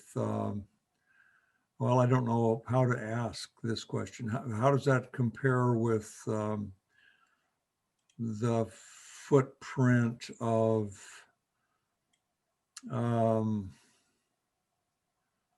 the existing Slater Street, the brick part plus the wings on James Street? Can you come up with a number, or somehow put that number in perspective with what we currently have?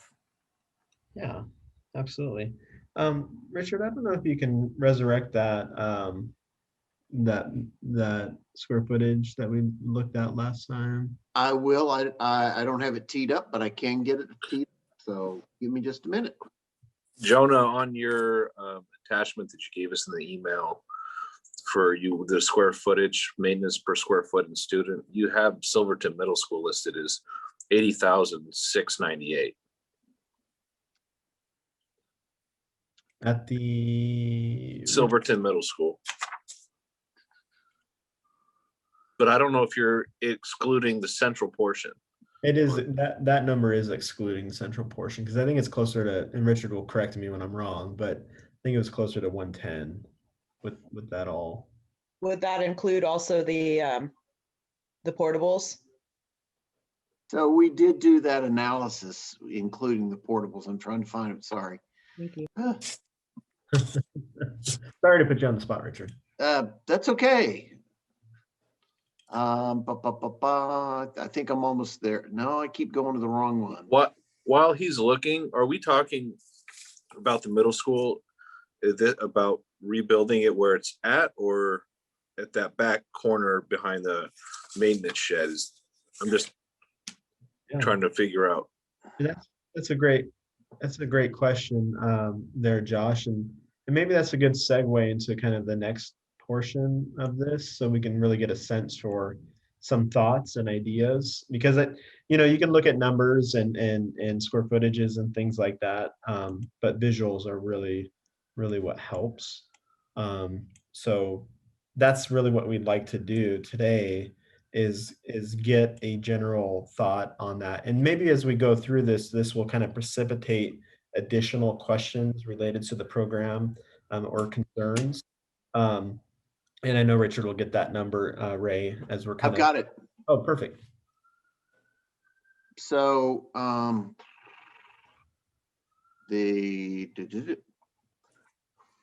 so what we've got right now with Slater included, 111,290.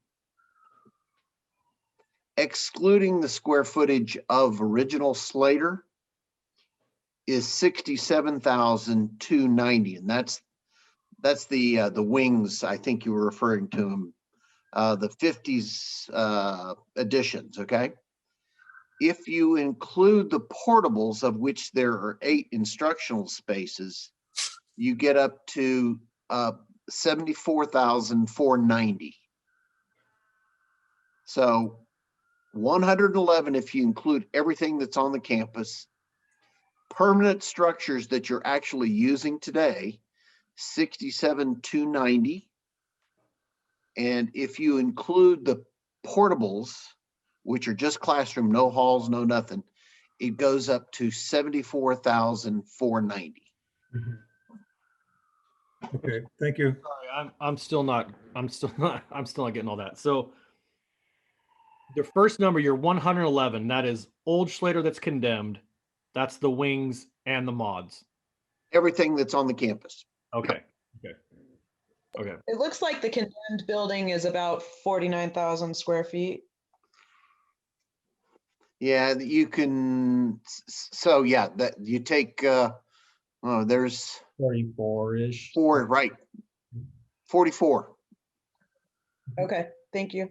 And so I had this question, I think I emailed you guys, and again, I didn't email the whole committee, but when the slides from the last meeting, when it had the map of the district of those buildings and it said capacity and then parentheses building. For Silverton Middle School, when it says 350, you're talking about the wings and the mods, or you're talking about the 111,000 total? Talking about really just talking about the 67,000, because the 67,000 is the existing building excluding the portables.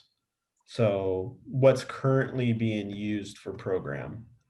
It doesn't include the Slater campus. But basically it's just the wings and not the mods. Exactly. Okay. I think that's a better way of putting it, Colin. Yep. Okay.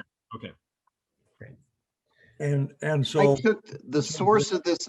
I just wanted to make sure everybody understood the source of my information was not a calculation I did. I took those numbers from the BBL study. Yeah. Brett, and so the list of 5, 6, 7, 8 pages that we went through, the program, are you currently doing all of those things? And then if so, then you're looking at 15 or 20,000 more square feet to do the same program. Is that a fair statement? Well, I think for the most part, we're doing everything that was listed there. The only things that I think that we just put in there just in case was, I don't know if we did a separate band and a separate choir section in the final, Jonah, did we? We did in the final. Okay, just because that just kind of depends on where we go, but that's a conversation we need to have with staff about what to do in the future and all of that. The spaces that are different that we definitely don't have are, we have no meeting rooms at all. It's just my office basically.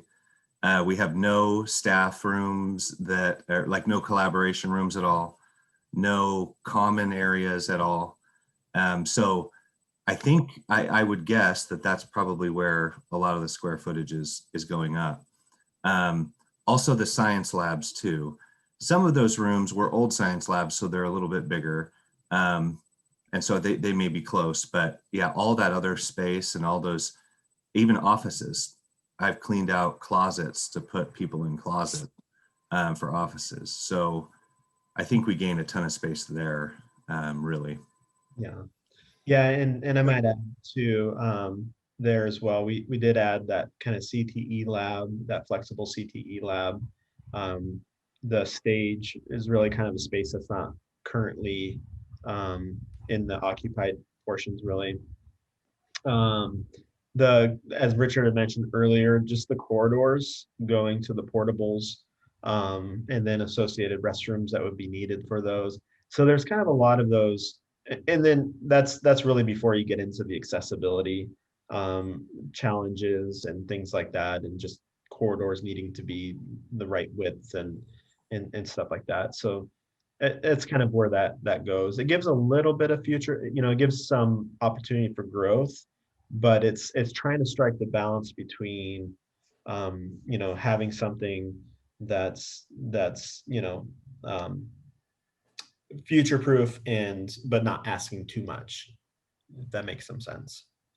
Jonah, I just wanted to say too, just to make sure, I think to clarify, the 84,000 that we're talking about for the new middle school isn't including the existing gym, whereas the 67,000 that we're including as the current use is including the gym. So really there's another 10,000 square feet that would be accommodated in that total campus. So they're not quite exact comparison. So it is accounting for that extra square footage that's added for programming.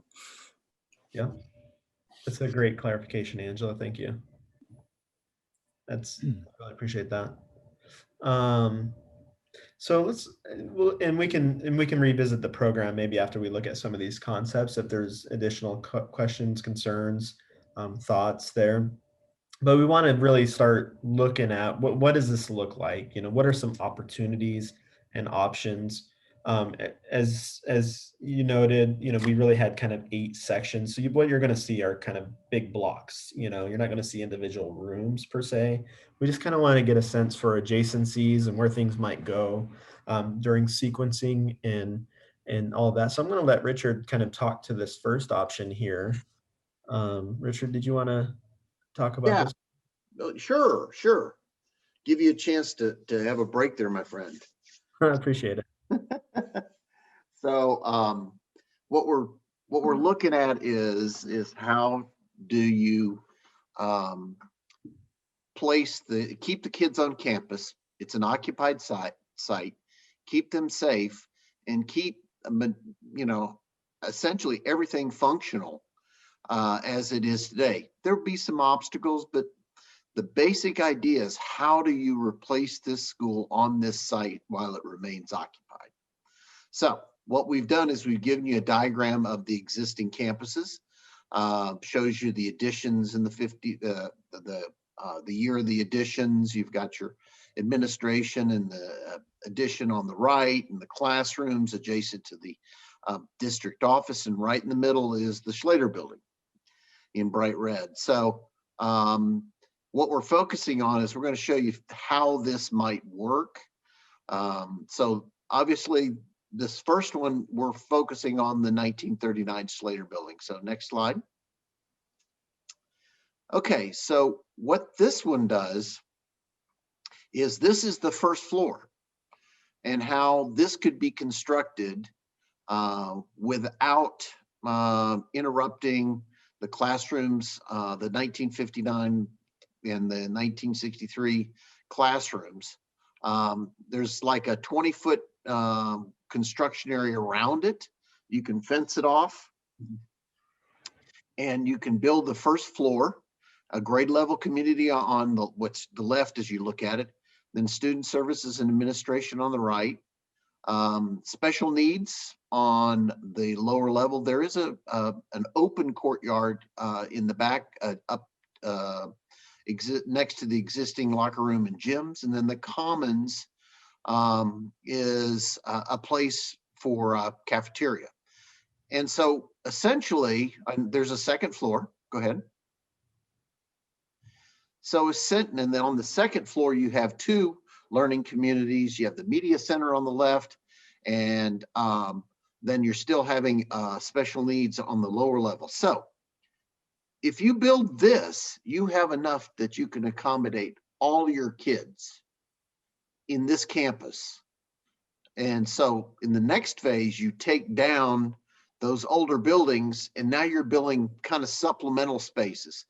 The related arts and CT on the left, and then that's auxiliary gym on the right, and some more performing arts.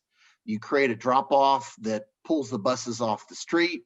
You continue to use parent drop off and pick up at the front door. And so it kind of, you are able to keep everybody on campus, keep them separated from the construction. And then over the 2 phases, you move the kids into the new part and you demo and add the other wings. So it's not so different than what we did at Gresham High School, which had a very historic building in the middle. So we're pretty confident this would work, and it would still keep the front door of Slater campus on Slater Street.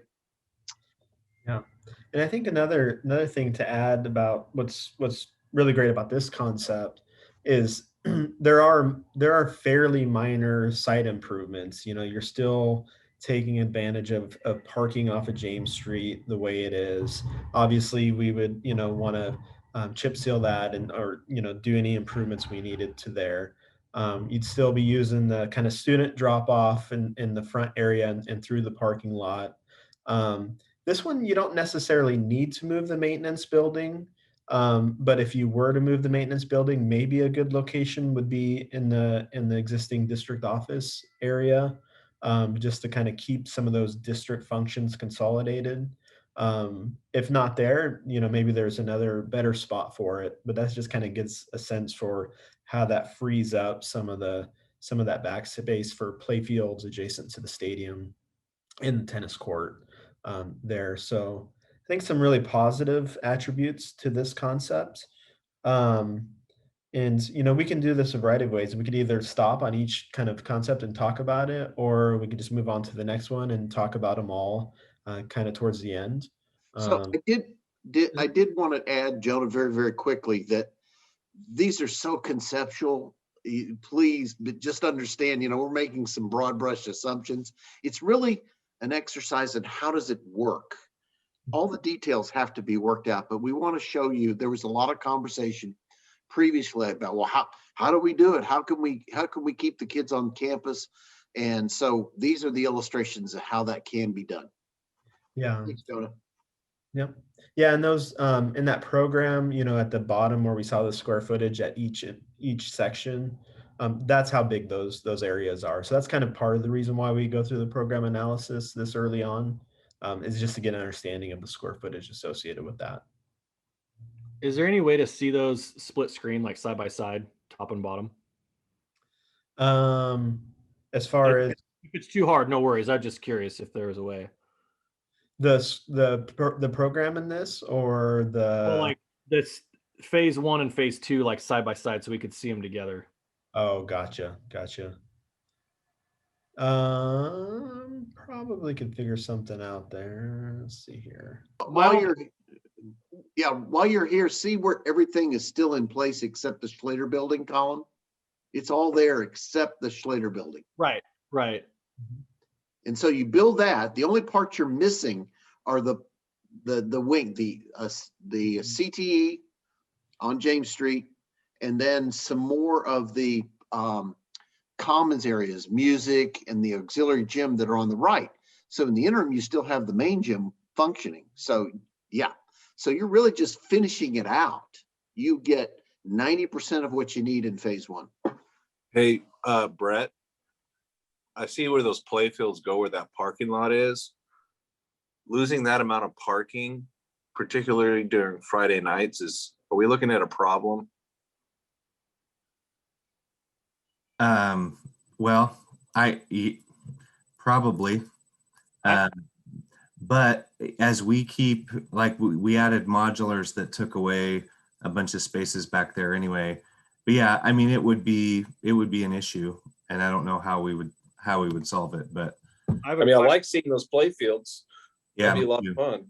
Well, I have a question on that. I mean, you look at if you turf that and you have more space for practice, if you go north of the football field, that was our old practice field that is slanted and sloped, and has a giant big hump in the middle of it, and we don't have enough parking at Davison Field, what if you put parking right there? You come It in built the driveway. character, Colin. It built character. Does anybody know the capacity of the parking lot to the right? It's not in the picture. Part of it is to the right of the district office. Over here. Right here, are you saying? No, and down further to the right. It goes down there and even further. I don't know the capacity of it, but I know it fit every football game. I mean, it's jam packed. Maybe you need to do 2 stories of that parking lot or something like that, which is probably expensive. No. I think what I'm hearing on this option, if this is an option that we want to explore, and we'll show you more options, is that we want to consider more parking, whether that's keeping some of the parking in place or kind of, and we'll want to get that number, what that parking number is. And I have another question for maybe this kind of pertains to Lauren. And I think we had brought it up at previous meetings. The courtyard in the middle. I know that people like to do that. To me, it just seems like a maintenance nightmare to have to go through buildings to maintain trees, to have trees, to garden, to clean up. Like, wouldn't that space be better usage of just more building space? Be it more, I don't know. I guess that's just a question. So Colin, actually, it's not really a decorative space. It's not a garden space. What it does is it gives you the opportunity to have daylighting into your classrooms. And we deliberately, very deliberately, the connection next to the food and mechanical, that's an open walkway. So you wouldn't have to go through the building. Totally agree with you. Totally. But it gives you the opportunity to have daylighting into the classrooms, those special ed classrooms, even some of the classrooms in the grade level communities that face towards the existing gym. So yes, you're absolutely right, but it's not put there because we think it's cool. Sure. And I now that I see the access, that makes more sense. In Old Slater, the courtyard was a nightmare to get in and out of because it was like you had to go through the halls of the building to get there. So that makes more sense. Yep. No, sir. I was aware of that. So I'm very motivated to avoid doing that again. Yeah. That'll Richard, be outdoors. Richard, one quick question. Sorry if I missed this earlier because I know we've got a lot of stuff thrown at us here. How many floors was this? 3 floors? Just 2. Excuse me? 2. Okay, thank you. So to piggyback on what Aaron said, then the old building is kind of dropped down. So would that just kind of be filled in? Or wait, no, never mind. No, it's not. It just feels like it is when you go downstairs, doesn't it? Yeah, it's elevated a little bit at the front door. So yeah, it would all be level with grade.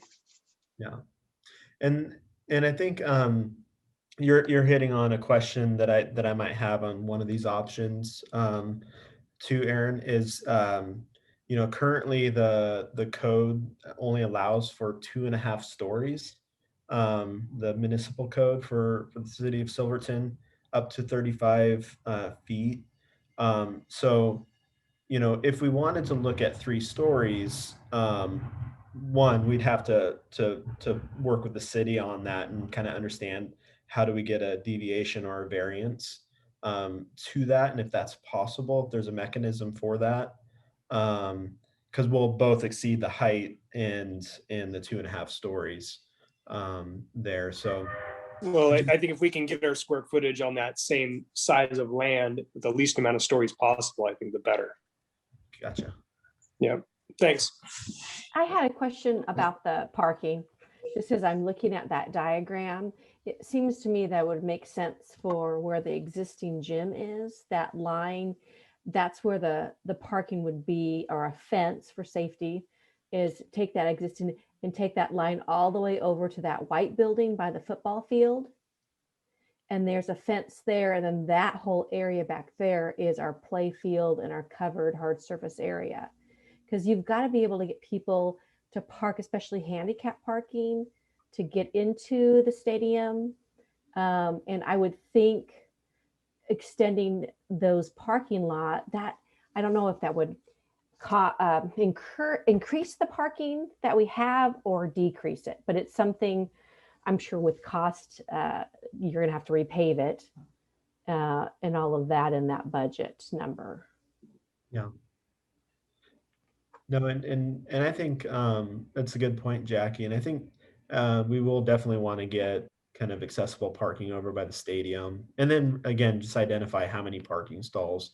By code, we're meeting the required minimum, but we all know that code minimum is not necessarily reality at times, especially when you have a stadium nearby. So we'll want to make sure that we get that right there on that one.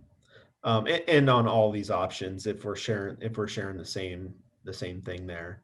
Looking at kind of another alternative way of considering this site, again from a phasing standpoint and getting the program on site. Again, same starting out here. We all know the existing site here. We could look at potentially adding in a different way so that you're not necessarily knocking down the Slater Building just yet, because we know we have utilities running through there and things like that. Not insurmountable. Obviously, we've done it before. We did it at Gresham, but you could consider building a couple grade level groupings over here. Get really nice and tight and snug to Lauren over there at the maintenance building while you're building a new maintenance building again offsite over here.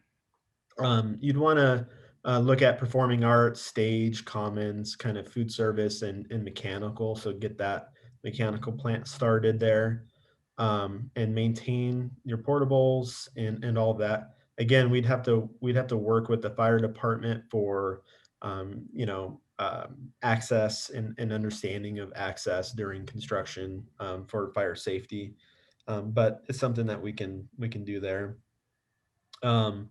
If you move on to phase 2, the first floor, that really takes out the Slater campus here, but also those portables over here, because now we're able to move the kids over into these classrooms over here, and we can add on to the first floor student services, special education, kind of the related arts and CTE over here. So this is almost like a grade level community there that can be organized. And then administration over here with the secure vestibule and auxiliary gym at the front. When you go up to the second floor and build out the site, again, not enough parking here, but that's something that we'd want to take a look at. You could potentially bring your parking in here, or you can keep the existing parking just like we saw at the last one there.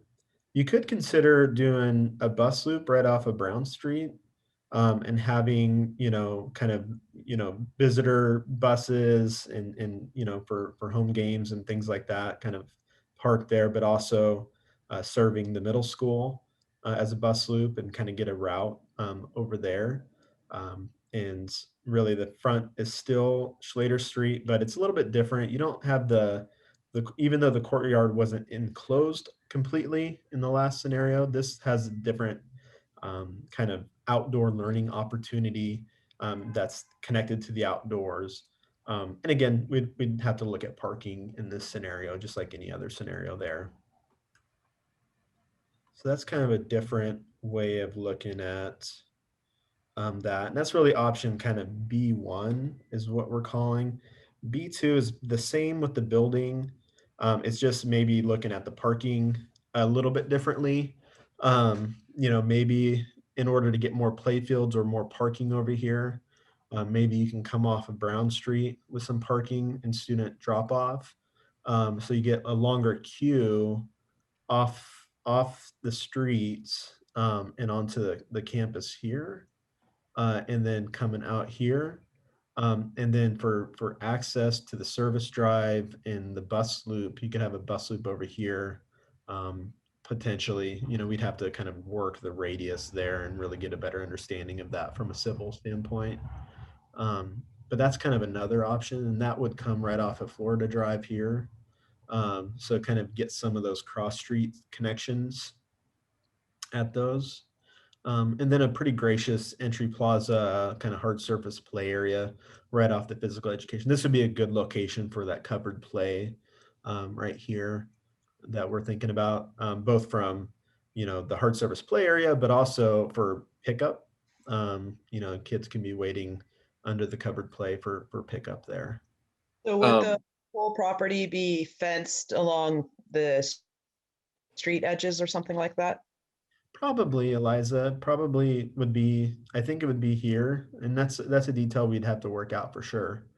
Whether it's here, that would probably make the most sense, I think, or it could even be kind of here, off the play fields there.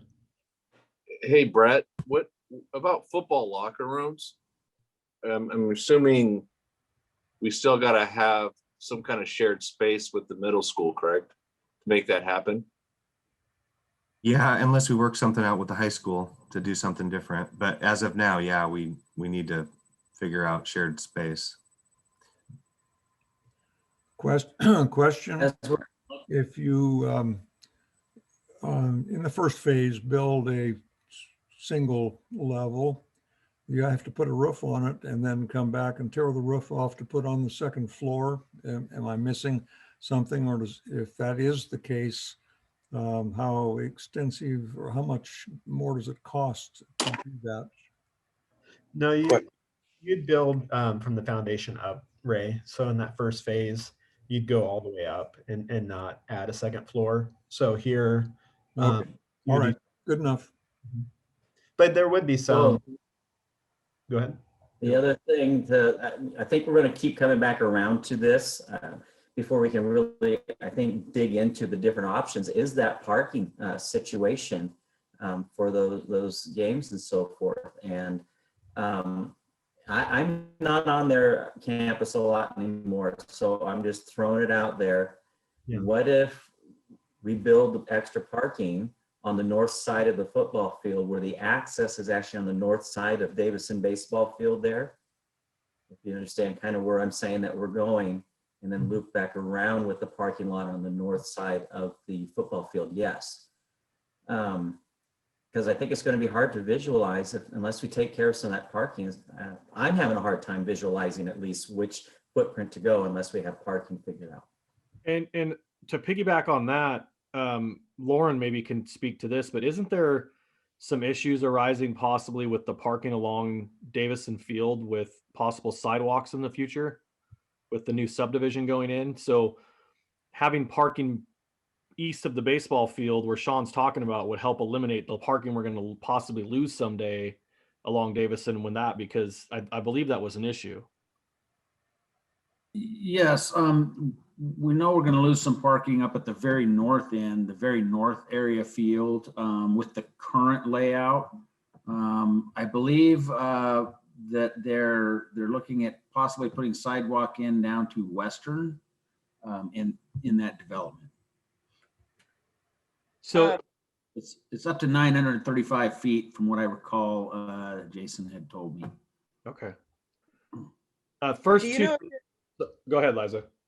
I'm sorry. I've just been a little concerned about like if there's been any geological studies of that space, because in a lot of ways that seems like it could be an area that might have water drainage issues or something like that. But otherwise, it seems like it would be a great place to expand for parking lots or buildings or anything. So I just wasn't sure if there's any historical geological studies of that particular spot. Up here, Eliza, or are you talking like way up north? Sort of that way up north beyond the, between the baseball field and the football field. Gotcha. I mean, I see that you're not planning to build in that area. I had assumed you were going to try to expand that way. Maybe you have other diagrams that are going that way, but otherwise parking lots usually, unless they're in a lagoon, they can they can survive wetland. It seems to me putting that parking over where Sean was talking about would also improve the security of the site as well for the middle school. Yeah.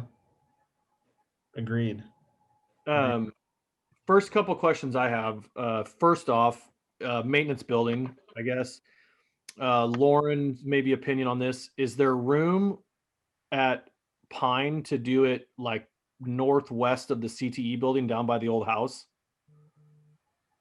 There's already a small pole barn down there, but it's full up. It's used a lot for technology. We have a little bit of storage that we use in that building. I mean, anything's possible. You could take that building and expand it potentially. The TLC house isn't currently being used either, so I don't know what the plans are for that in the future. Was that the old homestead of that property? That was Speller's old house? I believe so. I believe that property, that house has been there for a long time. Okay, and then second question on that is the current maintenance building that's there right behind the stadium, plumbing and all that, could that ever be retrofitted into locker rooms for McGinnis Field? It already has plumbing. Yes, there is plumbing in there. It's minimal, but anything's possible. You've got a structure. So And it's a good metal structure, correct? in the main lines, yeah, it's a metal building, pre-manufactured metal building. So, yeah. I have an opinion with respect to architectural appearance. I just would lean towards having the main entrance and the main facade of the building out on the Slater Street side. Gotcha. For whatever it's worth. Yeah. Is that, Ray, is that for just kind of historically where it's been, or just what? Well, maybe not so much historical as just the appearance. This is a school. It's a place for learning, and if the first thing I see is the site of a gym, that just is not what I might expect. Gotcha. That would be historical. Okay. Yeah. I'll accept that. And safety wise, that Slater Street is way safer for the front of a school. There's way less traffic there. Yeah. And it's just, well, it's double wide. It's a no brainer for me. Yeah. And you guys are getting to, I think, exactly where one of the items that we want to get a better handle on, because what you'll see and what you'll probably hate in the next option is relocation of that main entry there in admin to James Street. So that could be, understood that we'll want to look at additional parking in any of these scenarios for the stadium. But what we really want to kind of walk away with today is a general direction, of one of these options for refinement or a combination thereof, or think of something that's a little bit different, or, that's kind of where we want to go. And then refinements to that option so that we could share those next time and kind of look at that. So with that being said, and that really great introduction into option C, this one looks at, again, the existing Slater campus. This one does look at a 3-story solution just to see how that might work and if there's any merit to it. Basically, this is just the first floor, and this is just showing the first floor of the phase 1. It would all be built at the same time, but here you would look at potentially the commons on the back side over here again, stage, food service, mechanical, and then maybe the performing arts is saddled with that stage. Here you could potentially build most of the school while keeping the portables and everything operational. You get really, really tight here. So you may have to just get rid of that portable or move it elsewhere if this was an option. But just the to wrap up on that first phase, media center over here, again, the related arts and CTE. So you kind of will get views out towards the stadium there, and then kind of views down here. But really phase 2, to finish it out, would be adding an office, main office over here, admin, with attached to the commons and main entry. And this one would look at, a main entrance off of James Street. But if I'm a parent kind of dropping off, I'd come in here and up and drop out here. Maybe parking's down off of Slater, maybe the bus loop's over here. But that's kind of what that might look like, to do that kind of scenario. I think at least what I heard from Ray was that we don't like the idea of having the admin office kind of off of anywhere but Slater. But this one would have kind of a secondary sort of student entrance over here, that could come off here. And again, that covered play would probably be over here, in that scenario. And we'd show that as a refinement there. So that being said, kind of, what do you think about, that compared to coming off of Schlater, for completely different thought related to that?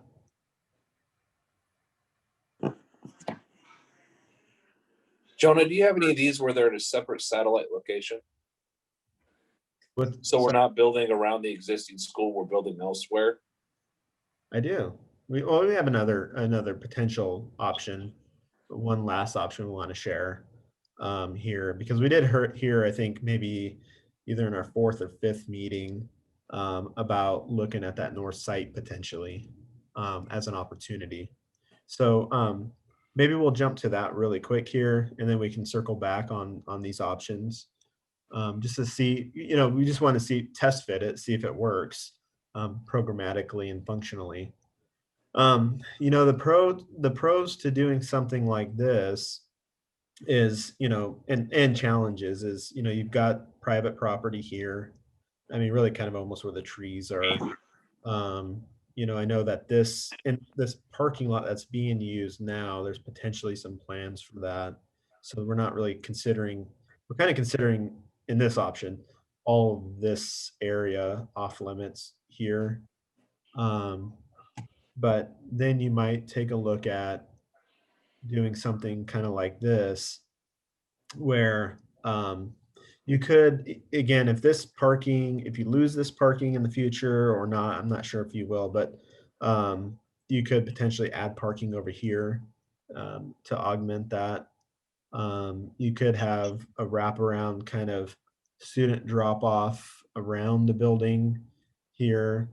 The one positive about considering something like this is it's an empty site. You're going to save money from a phasing standpoint, from a general conditions and a general contractor overhead and negotiated site services and all those kinds of things. You will save money and schedule and time and all of that. But the challenge, How does this orient to the football field or whatever? I mean, is this the north side, or I'm sorry, Yeah. I got lost.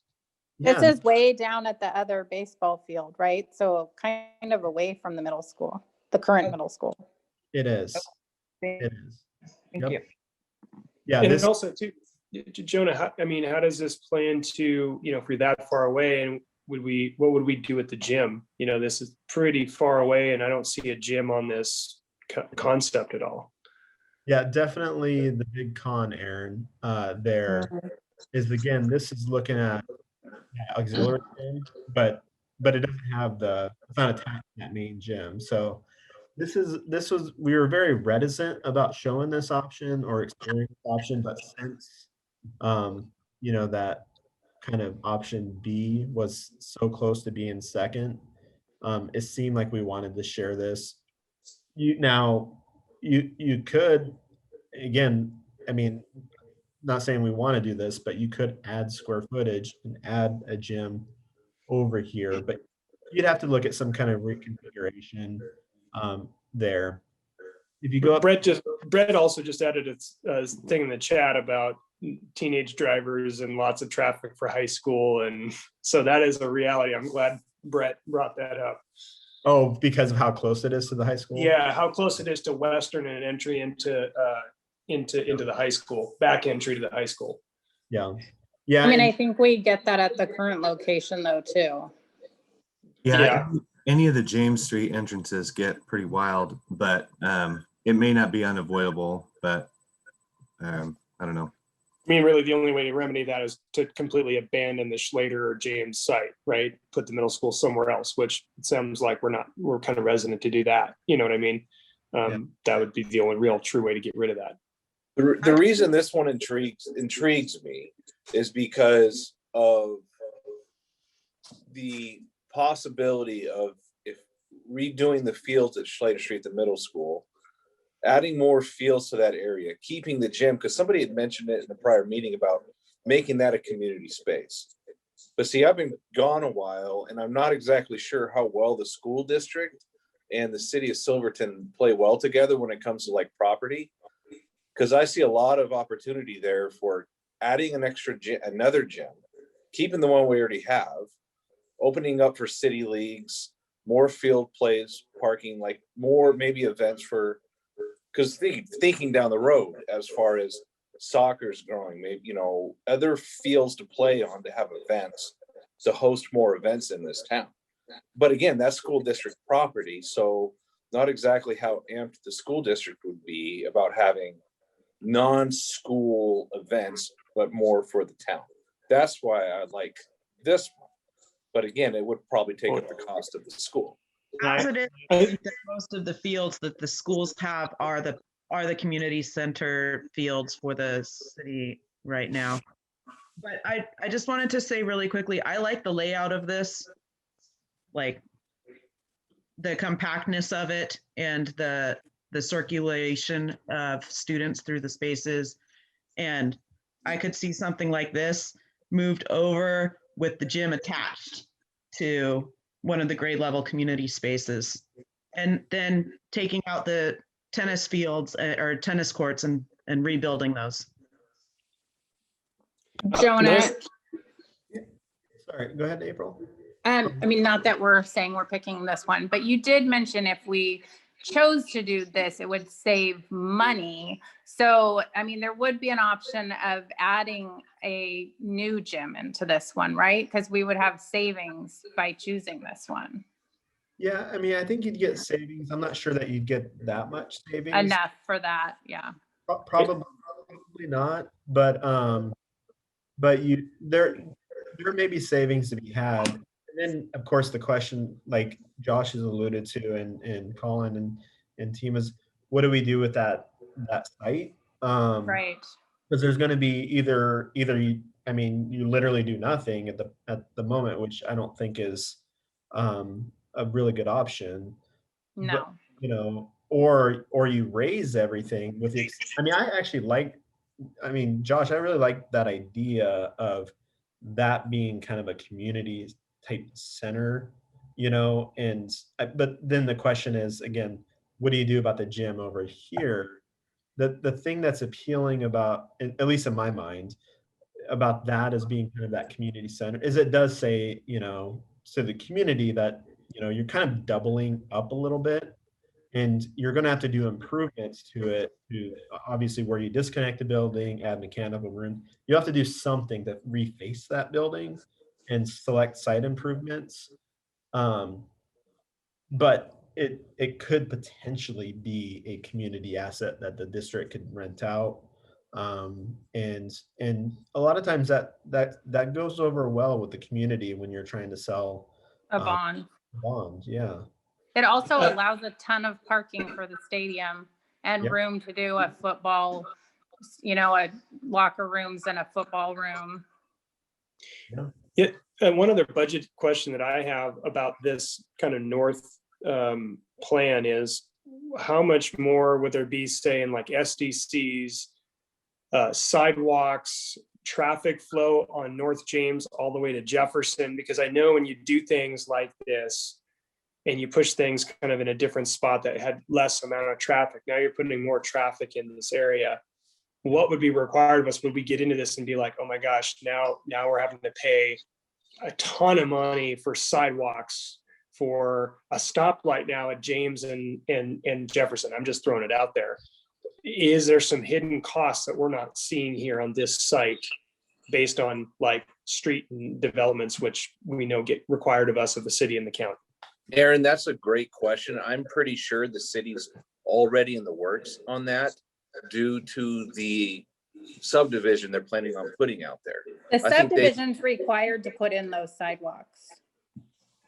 Can I ask one question and one comment? As a parent who has done both the middle school and the high school in the same year, I feel like this one is creating a traffic nightmare. At least, and I can say that from experience, going from one building to the other. This is so close to the back of the high school. I feel like we're gonna, if you go, as appealing as a lot of this pieces to this one are, I feel like that is going to be a hot mess as far as taking kids and the teenage drivers, and there's really not another way to avoid it. Whereas right now, if you're doing both, and there's going to be a lot of parents that are doing both. You can kind of still go to the middle school and avoid the high school traffic. This one, you absolutely cannot. My second question on this is, so how many gym spaces are currently in this picture? This would be one auxiliary gym. Okay. And you'd be able to subdivide it into 2 teaching spaces, basically. Okay, so from what I was hearing from Brett, though, is that having 3, that they really need to have 3 PE teaching spaces. So I feel like unless there's a gym also attached to this, again, we're spending all this money and we're still not going to have what we need. Yeah. So I would be really hesitant to vote for this just because I feel like it's going to still have some pretty big problems. Can I add too that the biggest disadvantage to this is you have your football field and track down at the other site. That's not going away. And moving, then you're going to try to combine that old site with the city. And we talked about maybe renting it out to the city. I can tell you right now, from years of dealing with youth sports, the city using the school facilities is a nightmare. It's not smooth. It doesn't work well. I would reverse it, where if we keep option A or B and keep on the old site, this potential entire green space could be something that could be possibly sold to the city down the road, and the city could make it their park and rec area. And we're done with it. And because Lauren can maybe attest to this. This is all a space right now that city district property that he has to maintain, that none of really the high school athletics use. It's all basically only for the youth athletics that really use this. And by getting it off the books, maybe to the city, then the city can manage it for youth athletics and the schools away from it. Yeah. This is, and again, that kind of comes back to, we're not going away from McGinnis Field or the track or the district office or that anytime soon. And so moving clear away, and the next question, kind of what Aaron had already brought up about SDCs, do we know, like with remodeling old Slater, are we going to have to upgrade the SDCs, like the sewer and all that, all the way out to the street? Or are we going to be able to use some of that existing stuff that's already in the ground? I couldn't tell you with certainty, Colin, without really getting into the engineering of it. But 9 times out of 10, you'll have to replace the utilities on something that old. And I'm just saying that from experience. That's not relevant to this conversation, to be honest. The utilities are apples to apples. They're not the right place. They're outdated. They're not the right size. Apples and apples. And again, this is such a high level of analysis that it's too hard to kind of make broad decisions about which one is less expensive without more detail. But kind of what Aaron brought up about like sidewalks and stuff, like, so do you think we're already going to have to redo all the sidewalks down by Slater as it is now, or do you think some of those, that's kind of, I think, where he was going on that. Fair question. And we have attempted, or we've wanted to sit down with the city and they have agreed to do a pre-application, which is a courtesy discussion to give us some sense. They're not going to commit to what is required, but it certainly is a good conversation so that we can come back and answer that.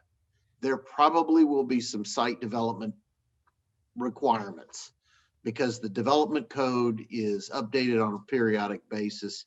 And once you invest this kind of money in development, then there are some bringing the current development codes into play on a major renovation of the building. Yeah. Just to mention, the new development going in past this is already required to put in sidewalks along James Street. Gotcha.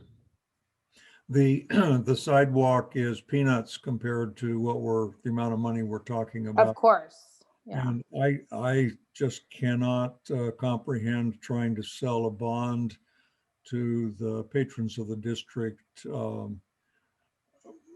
where the existing gym is not part of the project. We've just spent too much on that gym, and it's a really nice facility. To me, I could not go for this last phase. Down the road, the district can sell the property to a developer, or maybe it would make more sense to tear Mark Twain down and put a building down here, K5 building. Yeah. But that's way down the road, of course. Yeah. And that's funny you say that, Ray, because that was kind of, as we were developing that was a thought that could have, had some potential opportunities for a K5 in the future. We know that it could fit for a middle school, at least the size of Silverton Middle School. It certainly could fit a K5 in the future. But I think I'm hearing fairly good consensus that this is an option that we don't want to explore further. But I think it's important that we understood that all these options are flawed because they literally came out of our head, and we haven't really dove into them with you and kind of explored them with a group just yet. But they're just kind of using best practices and that. So they're all flawed, and they're all going to need refinement based on what we've heard tonight with covered play area and parking for the stadium and things like that. But I would like to maybe take a poll on a preferred option of those four, or actually five. We came up with this last one, to be honest, kind of pretty quickly here in preparation for this meeting. But we do have a poll set up, and here, as a reminder, here we had A, which was the building the school in the Slater campus location here. B1 and B2 are the same building essentially. It's just a slightly different way of looking at the kind of the parking configuration and drop off. And again, maybe none of these parking configuration drop offs are the right solution, but we can talk about that, after we kind of look at some prioritization on how to improve what may be the best priority. And then C again is that 3-story solution that looks at the main admin off of James Street. And Slater is no longer that historic main entry, which I didn't hear a whole lot of love for, but I'll let you guys tell me that on what's kind of the best scenario there. So Maddie, I think we have a poll set up for those. And Can I ask a question before we vote? Yeah, absolutely. In B1 with that bus loop that goes right up to the edge of the stadium, would we be able to have handicapped parking in there for football games and events?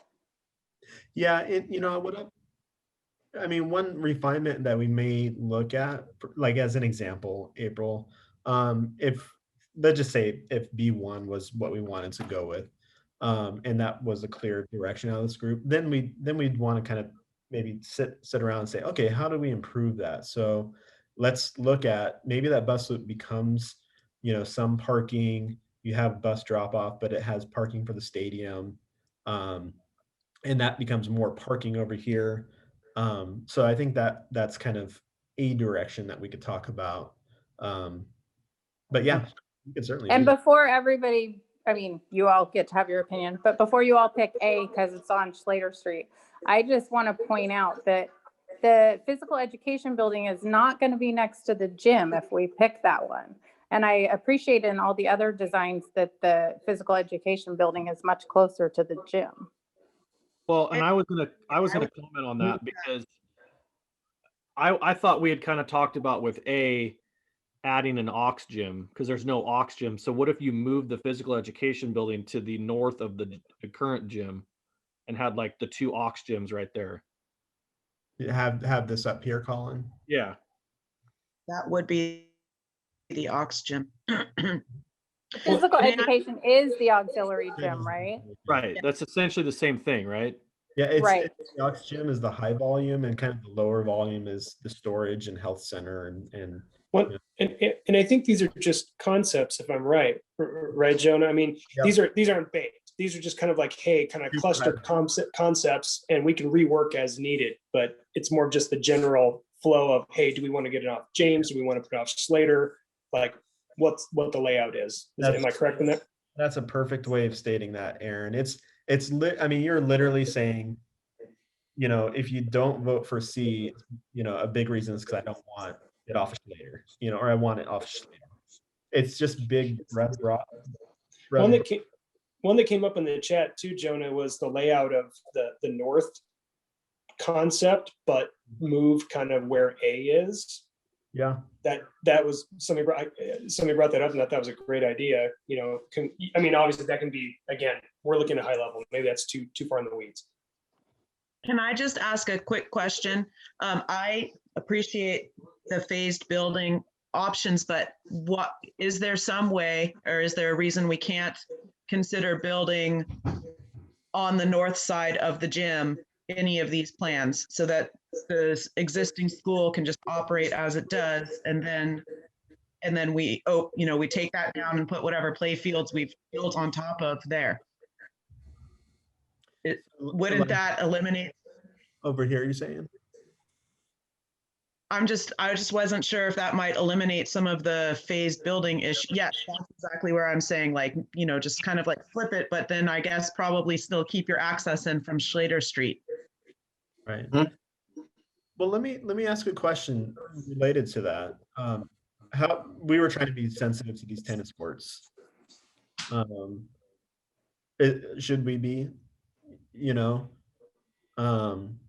if The tennis court seems like an inexpensive addition to me, but I don't know as well as you do. Tennis courts can be expensive. It would not be nearly as expensive at the high school because there had to be so much fill. And then unfortunately, the fill at the high school was not done as well as it needed to be. But it's not cost prohibitive. As I should say, I am the girls' tennis coach, so I got to put that out there. So whenever a coach hears tennis courts, we're going to take them away, but we'll bring them back. Obviously, we get nervous. But I think what might be more of the problem is the baseball field. I want to make just a quick comment about the play fields. I'm nervous about any play fields right up next to the road. I don't know, me having little kids, I don't know, just a security thing. I just not a huge fan of playing fields right next to the road. Gotcha. Great. The only thing that appeals to me is that that's a large flat space that doesn't have people currently going to school in it. And I don't know, I don't understand the logistics of, why we couldn't put a baseball field on top of the current campus once it's gone, type of thing. I just don't know if that's a legitimate possibility. Can I talk to that? I mean, I think one of the things that I would go to with athletic facilities is the first middle school expansion bond had a line item in the bottom that included redoing the football field. And I don't know how many people told me that they voted it down because of that. Hmm. That even though athletics and activities are such a major part of this community, we have 11 buildings that are in such need of other things that whenever anybody sees anything added that specifically talks about those types of extra things, they get a bad feeling in their mind. And so I think where Sean's talking about, you get rid of tennis courts and try to rebuild, they're not going to like the wording of that. So like anything like that that you can maintain, I think is better. Does that, if that makes sense? And I mean, I'm not trying to, maybe I am trying to sway votes, I don't know, but I just like, to me, like plan B, having your wings and everything look at the football field, I think it looks better to have it kind of like it was now, where you're looking out on a street and looking out on Slater Street. See more, and that model kind of shows that your athletics and all that is kind of behind your school, which is kind of a general thing that most schools have, if that makes any sense. And I think that A can be tweaked a lot of ways to talk about a lot of the things that we're looking at. I was actually weird. I was going to say the exact same two things. That remember the $700,000 line item from the last bond did not go over well. But also, I kind of like that the school is separated from the football field as well. I feel like it kind of gives a little bit of separation and more of a grandeur going to the football stadium, as well as, I mean, the back, somebody said something about the view. The back view of the stadium is not pretty. You know what I mean? So I don't necessarily think that's a great thing for kids to be looking out at. But I do like that as much as it needs to be tweaked, I like that it is a little bit farther away and it's more of a school campus and then the athletic complex or whatever. I also wanted to note that I feel like the entrance has the potential to be a little bit, I've heard a lot of comments about how the current high school, that it looks like a prison. There's not really like a grand entrance. I feel like with keeping that little entrance area, I feel like would just look better. Great. Well, I think with that, maybe let's take a vote on that, and then once we kind of see the results of those polls, we can talk about opportunities for refinement on the preferred option. What do we think about that? Maddie, did you want to get that poll going? And everybody has two choices. Kind of pick your top two or just pick one. It's up to you. Can we vote for one twice? I don't think so. Unfortunately, no. Hey, Jonah, I know we're voting, but I have a question on A. Yeah. When we toured with Brett, I thought that in that main old complex is where all his brains come. All the water, all the electrical, all the telephone, everything comes through there. So if we try to do that in stages, how does he run the rest of his school, or did I misunderstand that? No, there is that, and that would have to be taken into consideration and rerouted before that really happened in earnest. So there'd be a cost associated with that because you'd probably be hooking it up twice. Like you'd have to kind of intermittently hook up the wings and then hook them up again to the plant when it was built. So that's a logistic thing that we'd certainly have to think about. Definitely, but that is something to consider as well. Yeah, the biggest issue was there was again, I hate to bring it up again, but that's exactly what was done at Gresham High School. The mechanical room was right in the middle of phase 2. So essentially you build the new facilities in place and it's a switchover. So in that case, there was not any connect, disconnect, reconnect. For the very reason you brought up, it's too expensive to do that. Yeah. Yeah, so yes, you have to make some strategic decisions, and that's why the mechanical is out on the edge. So we're just trying to give you some concepts. We can make any of them work. Well,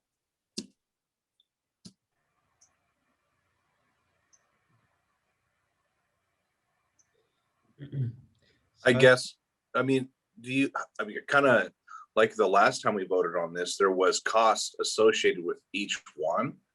Do we have any ideas for these 5 options? Because that's a great question. Like A, we think it's going to cost this much. B1 would probably cost this much. Or we're saying each of these are identical in their cost. I guess where I would go is, does the cost of having to reroute that make it worth not having the view that you wanted, or the appearance of your school long term over a 50-year period, right? I mean, so is it $10,000? Is it $100,000? You know, I mean, like, you have any kind of ballpark, like at Gresham, was it, I mean, I can't imagine it's like $20,000 to $30,000, is it? No. But under any of these scenarios, all it's going to have to be reworked. You're not, think about it. The Slater Building goes away in all of these. And you don't just connect on to the end of it. They're old. It's going to be reworked. So back to the question of, they're all options. So, and we're at 60 to 30,000 feet looking down on this. So we come together, when we start out with these ideas, there's a lot of guesswork to where we get to. And one of the parameters that we get is the budget, and it has to fit all into it. So that's why we're suggesting is it's an idea, it's a concept. They all should cost, they'll all have to fit into the same budget and the same square footage. So I think without knowing more, without doing plans, that's down the road. But I think what you really should look at is which one of these really addresses your concerns the most, because you're not really looking to save any money by making one of these decisions compared to another one.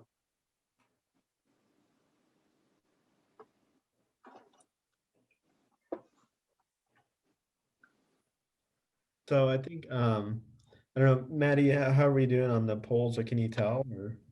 We sort of flatlined with 16 votes. Do you want me to share them? Oh, we got 17. Is everybody? Well, I guess, and one last, comment here is, I'm looking back at the last meeting, and I'm trying to figure out, none of these included the possibility of a refurbishment of that middle section, which I know that people were looking into. Also, I replace. I don't think there was a single option to redo the middle, right? That was never. And we, if you remember, I think it was our 5th meeting, we talked about that, and I think it was a consensus that we did not want to look at that. Okay. Okay. And to remodel, to remodel that existing school would be very costly, and it wasn't necessarily repairing it to contemporary conditions. It really doesn't fit the configuration of any of those plans that you saw today. There's not many real deliberate kind of wings that are double loaded corridors. So to make, you're not going to get the kind of relationships you want with some of those instructional spaces. You'll have to fit it into a mold. So it's a great question, but it just really limits what you can do with the spaces that you're going to provide with your kids.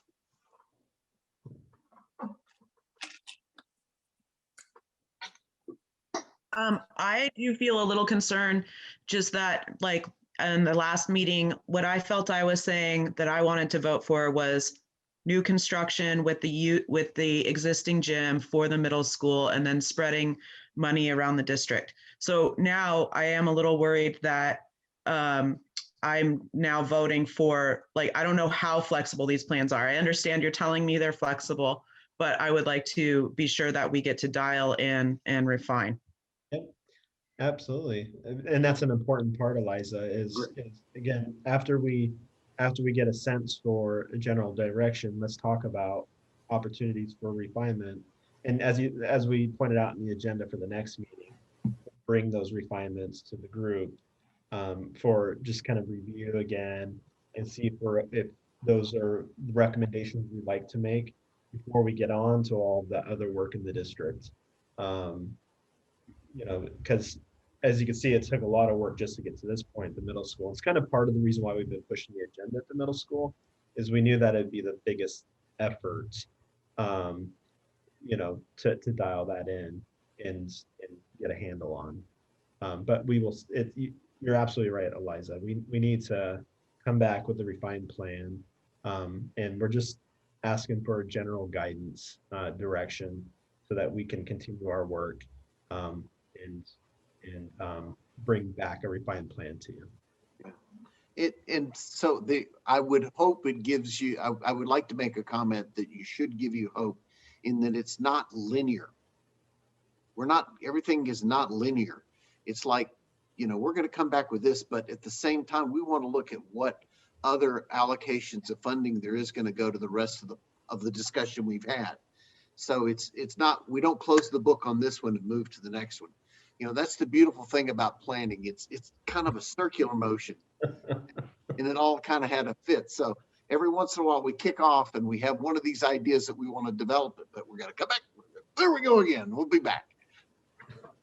I wanted to just mention, I don't think it was mentioned here, and regardless of what conceptual option was the most popular here tonight, and we'll see that in a moment, that you know, it seemed like the consensus was, you know, that the gym is the existing gym is a useful space that could still be used and should remain no matter what the concept. But we actually are don't even have an option with that because of the seismic rehabilitation grant. We signed an agreement basically because we received the money that it would be used for, I guess Lauren or Richard or Jonah could affirm, I think it's at least 10 years or so after the project. So just to affirm that. Yeah, That's correct. That's right? very good information. What do we think the lifespan of that gym is, by the way? How long is it going to last? 50? You know, with all the work we just did and the tilt-up construction, I will say that it does need some work. It needs a new roof desperately, just like the rest of the entire middle school. It needs some upgrades, HVAC, etc. But the structure itself should easily last another 50 years, I would think. And to clarify on that, Lauren, does that include the mezzanine all the way to basically the door that goes into the old 1939 building? So mezzanine. So does that include like the mezzanine and the locker rooms and the gym, or just strictly the gym? Well, part of the locker rooms were new addition and part of the locker rooms were original building. So, Okay. So all of the original building would need to go. But that would allow probably some remodel and changing and reconfiguration of the existing locker rooms that were part of the gym addition. Yeah, the roof, Colin, the new roof would have to go over the mezzanine also. But like but with the contract with the seismic includes the mezzanine. Yeah, So the seismic was up. Yeah, it was up there too. Oh yeah. I'm sorry. I misunderstood. No, I don't think I said it right, but that's what I was kind of meaning. It's basically the mezzanine locker rooms. That structure was the seismic structure that we have to keep for 10 years. Okay. Yeah. But within that, we can remodel the classroom or the locker rooms in those as long as we keep the basic structure that the seismic addressed, I'm assuming. That's correct. Right. Okay. Because the locker rooms need to be updated. Great. So I don't know, can you guys see this on my screen, the results there? Looks like it's a pretty clear direction for option A with refinement. So that's fantastic. So let's maybe talk really quickly here, because I want to be respectful of everybody's time. Let's talk about the next meeting real quick, and then as we get into our next steps and what did we learn, if you could relay what you'd like to see as a refinement to that option. Let's do that really quick here. So March 31st is the thought for the next meeting. And at that time, again, as we shared with the agenda earlier, we'll bring back the refinement of this plan and then look at all of the other sites as well is kind of the big thing. So let's just go around the room quickly here. Again, since we're wrapping up here at 9 o'clock, would like to hear what everybody's thoughts are relative to that option and refinement for that option. And then also if you have anything else that you want to share in a quick manner, that would be fantastic. So Can you put option A back on the oh, screen? yeah, absolutely.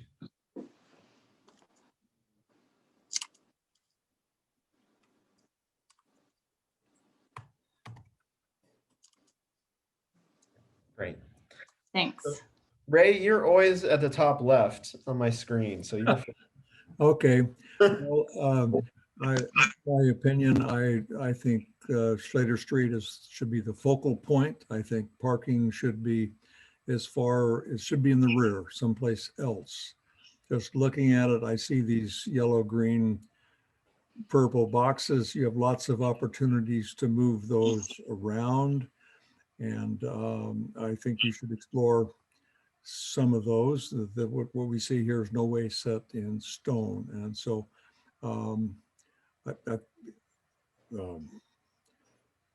I would like to see a little bit more room between the new building and the stadium.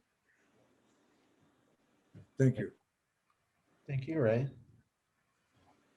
Great. Brett, you're next. Well, first off, it's exciting to see these things, even conceptually, but yeah, I would like, if the auxiliary, personal opinion, if the auxiliary gym could be attached to the existing gym, I think that would be good. I like the idea of exploring parking north of the football field in that field that's not very usable anyway. I love the idea of covering the tennis courts, maybe resurfacing them because they're in bad shape. But no matter where we are, the middle school, we use the track, the football field, and the tennis courts all the time. So quick access to those would be good. Not that it needs to be closer because I like the green space, but we use those all day long. And so that's pretty important. And then obviously we need to work with the high school to figure out shared space and storage and all that. But love the ideas and appreciate everyone's input. It's exciting. Thank you, Brett. Great. And we'll be coordinating with you between now and the next meeting to talk about some of those refinements, and especially with the high school, some of that synergy there. Lauren, did you have anything you wanted to emphasize on this option? I think I'm good. Great. Thank you. Jackie. Okay, I think most of us would probably agree to moving that physical education gym closer to the other two gyms and maybe doing something, replacing that space with parking or a little bit larger of a bus loop there. And then I would like to see some sort of parking entry area next to both the tennis fields and behind the stadium itself, kind of allowing different access points, whether it's additional parking to the north of that field, but definitely some parking to continue to look at and moving that other PE building. Great. Thank you, Jackie. Aaron Scott. I echo all those things. I think that where the baseball field parking is now, having that kind of go around to the, I'm so bad with directions, but whatever that end is of the football field, to get some more parking. I would also love to see what the possibility is of moving the maintenance building to the high school, to that area that you talked about. However, I also really like the idea, and I know this is kind of floated around the community, but of making the current maintenance building a locker room for football. So I feel like if you can get it out of the middle school, if there's already plumbing, do what you need to do. I feel like that could really help both the high school and the middle school. Yeah, and then agree with all the other things. Yeah, I thought that was a really great suggestion on that one. That seems to make a lot of sense to me, conceptually, absolutely. Let's see here, Sean. So I'm hearing common themes, so this is good. I would say also move that PE Ox gym, whatever you want to call it, parking lot over there north of the football field, east of the baseball field, and I think you'll pick up a lot of votes by getting us extra parking there, quite frankly. Yeah. And I also kind of wondered about maybe the performing arts stage area going over there by the Related Arts CTE Media Center. I don't know about, maybe we start talking about grouping some of these different classes in such a way that makes sense more. And I know this is just a, kind of a picture, and I get that, but thought I would throw that out there. And then I would like to see some kind of cool designs for the Slater Street front of the building there. I think we could make it look nice. Great. And cover the tennis courts. Oh, I better not forget that. Cover those tennis courts. Just so I'm clear on the covering the tennis court piece, are you guys talking about just resurfacing, or are you talking about actual cover? Actual cover. I kind of meant both. Oh. Yeah, I meant both, and I agree. Gotcha. Other Aaron. Yeah, I don't want to sound like a broken record, but I think everything that the folks, everybody shared tonight is I'm in agreement with. I do also like Aaron's idea of repurposing the maintenance area for maybe a locker room and getting a place for our football team to have, if that's feasible. I think that's a really great idea, and I really do like the consensus of moving the parking on the north side and accessing it, from north of the baseball fields. That's good. Again, it's kind of a dead field. It would be perfect for parking, but that would allow us to add more green space. Potentially, it will allow us to add more open space and not just have parking all around the facility or the facility site. Now, again, that's all subject to feasibility if we can really do that. But yeah, I think we're on a really good path to consensus tonight. I really like it. Thanks. Great, thank you, Aaron. Eliza. I think the parking issues have been covered, but I agree with them. And I also agree with moving the physical education building toward the existing gym, and maybe moving like the Related Arts and CTE and Media Center over towards the other, performing arts, and, kind of having your arts zone. You've got your communities, you've got your art zone, you've got your sports zone. And I think that you should consider putting a vegetable garden in the courtyard. There we go. I like that idea. Great. Melissa. For those of you that know me, this is going to be shocking, but I don't think I have anything new to add. Everything has been covered. Great. I agree with everyone. Colin.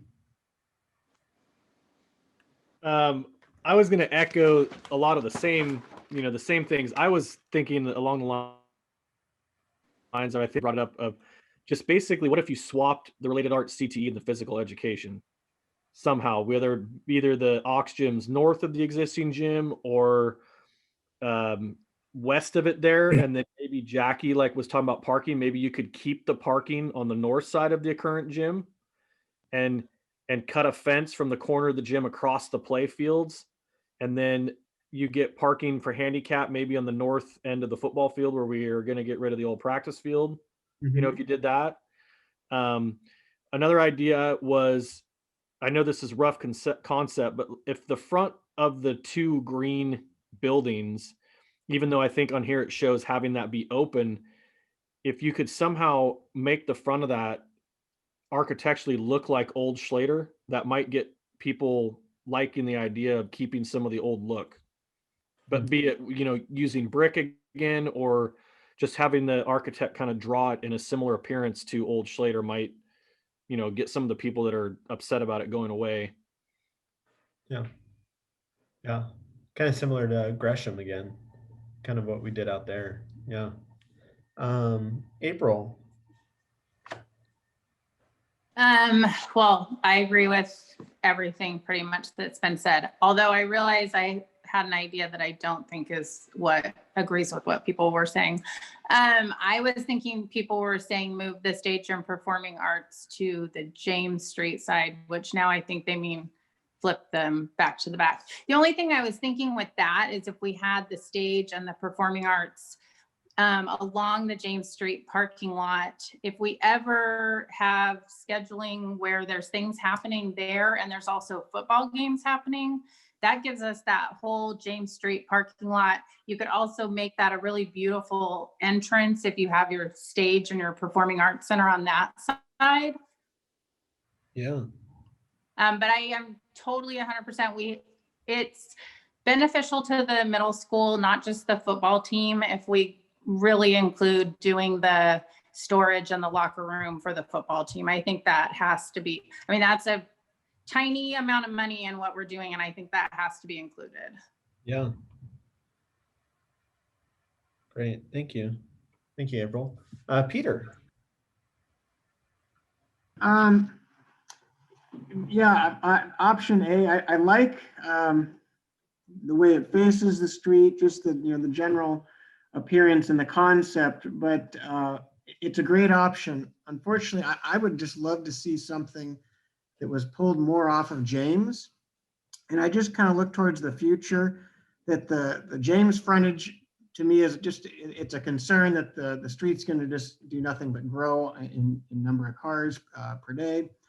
And then looking at the future for expansion, I love the option, but then I think, well, what about 50 years down the road?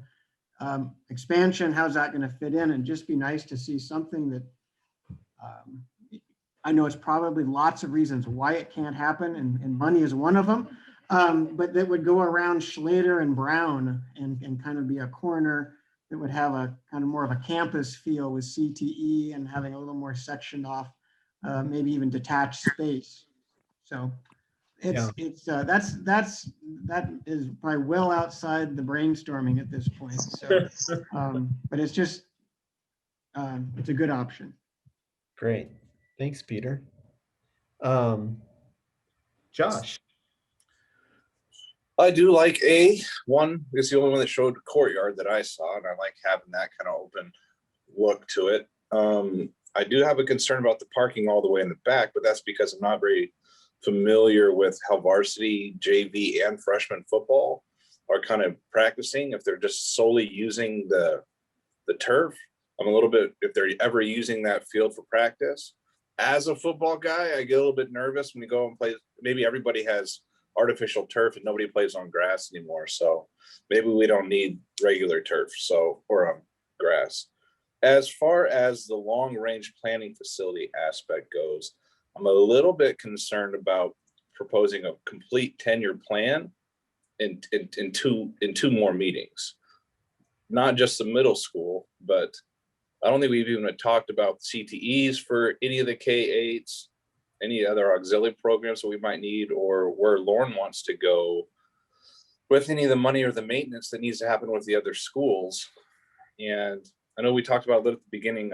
Superintendent Scott was saying, okay, well, I guess in two more meetings, but then we continue this on.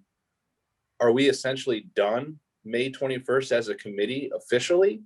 Are we done? And then I guess I'm confused what's happening, or do we have to start a new committee after May 21st, after we present? Good question, Josh. And just to clarify, it's I know this may not answer your question, but we're actually looking at 3 more meetings. Okay. Yep. And so, to your understanding, or do you think we can come up with a comprehensive addressing some of the outside the middle school concerns in that amount of time? I absolutely do. Okay. 100% do. I have complete confidence we can figure that out between now and then. I like your attitude. That's all that written into your meeting agendas that you reviewed. But I didn't see any community polling, which I thought was kind of part of the phase between the draft plan to the school board and the final plan. I don't know if that's something we need to worry about or not. Yeah, that's a good thought there. And I think Eliza, you're kind of touching on a couple things there. One, we should be having a community meeting in the near future. Just to kind of share where we're at. But we'll have to work with the district on the best timing for that and kind of get a good understanding of that and how that relates to the school board and when all of that factors in. But we certainly want to have a meeting there, and then the polling we'll just have to talk to and see what that looks like and how and all of that, because that would be something the district would do if we did do that. Yeah. Brandon. Yeah, so I like A. I think everybody obviously is pretty excited to be at this point. The only thing I would add would be to kind of say the same thing you and Richard said, was that moving forward, I would warn people that even though this is further down James Street, offsite improvements, in my experience, are going to happen one way or another. The city's going to make it happen for their benefit. Like with the bus turnaround being there, I could potentially see them wanting Brown Street kind of redone a little. So I like A, and I was just kind of warning people that no matter what, there's going to be a city improvement cost. There are, Brandon, and we're going to take Jason up on his offer to have that pre-app meeting, and hopefully we can do that between now and the next meeting, just so when we relay, kind of the refinements, we could also talk about some of those frontage improvements conceptually as well, so we have a full picture as it relates to that. So that's the hope. There's going to be, we'll want to meet with everybody. So whether or not we can organize that between now and then, we'll work on that and see. But that's going to be the next step. Wally.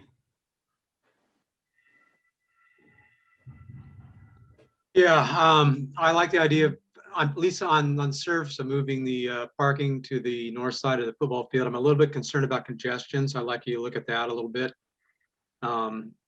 Following a ball game, getting everybody out of there at the Pine Street campus is a real headache trying to get out of there when you have a big event. Yeah.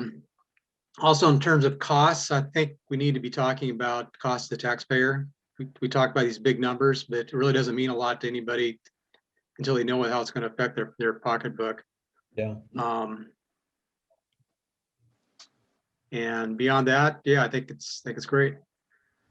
Oh, I have one more thing. Sorry. And we talked about moving putting the football facilities where the maintenance shop is.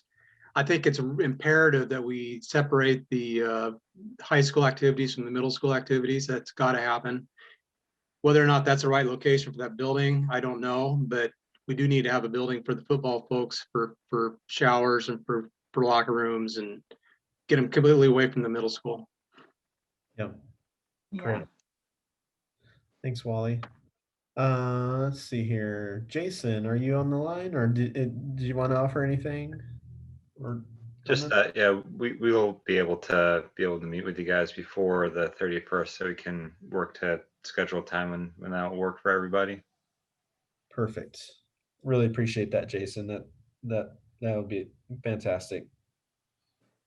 So I'll reach out to you here in the next couple of days to see about a time that works best for everybody. All right, sounds good. Hey, I had another thought, Jonah, if I can. I don't know if we've got to everybody yet or not, but if we haven't, then go ahead. But if not, I'd like to say one more comment on A. Go ahead, Colin. And I'm wondering if Lauren can kind of echo this. One of the things I would say looking at this is conceptually green grass and landscaping always looks good, but when you boil down to maintenance, it tends to be a headache. And with the harder use of chemicals like Roundup to clean things up and to spray things. I went over to North Salem, which is a new high school, last year when my son was playing basketball there, and they couldn't even spray like all their little islands in their parking lot, and it was just solid weeds and just looked horrendous. And so when you look at this, and we're talking about like the bus loop and more parking that Jackie brought up, I mean, what if we on the west side, take out more grass and put in more parking? Because asphalt's a lot easier to maintain than live plants and other things like that. And if parking's a concern, maybe that's something we should look at. Like maybe make the bus loop bigger off of Brown and take away some of that. Just kind of throwing that out there. Great. Thanks, Colin. And to add to that, Colin, Joan, I don't know if you know this with Silverton, but would there need to be like a water quality swale type of or pond on a site like this? Sound like detention. Yeah. I'm guessing so, but I don't. We won't know that for sure until we have that pre-app meeting. I'm guessing if so, it might be out to the north, like where they're talking about where we were talking about doing the parking. There is kind of some area out there. Maybe there's a way to like send some water out that way. Yeah. Great. Thank you. Tom.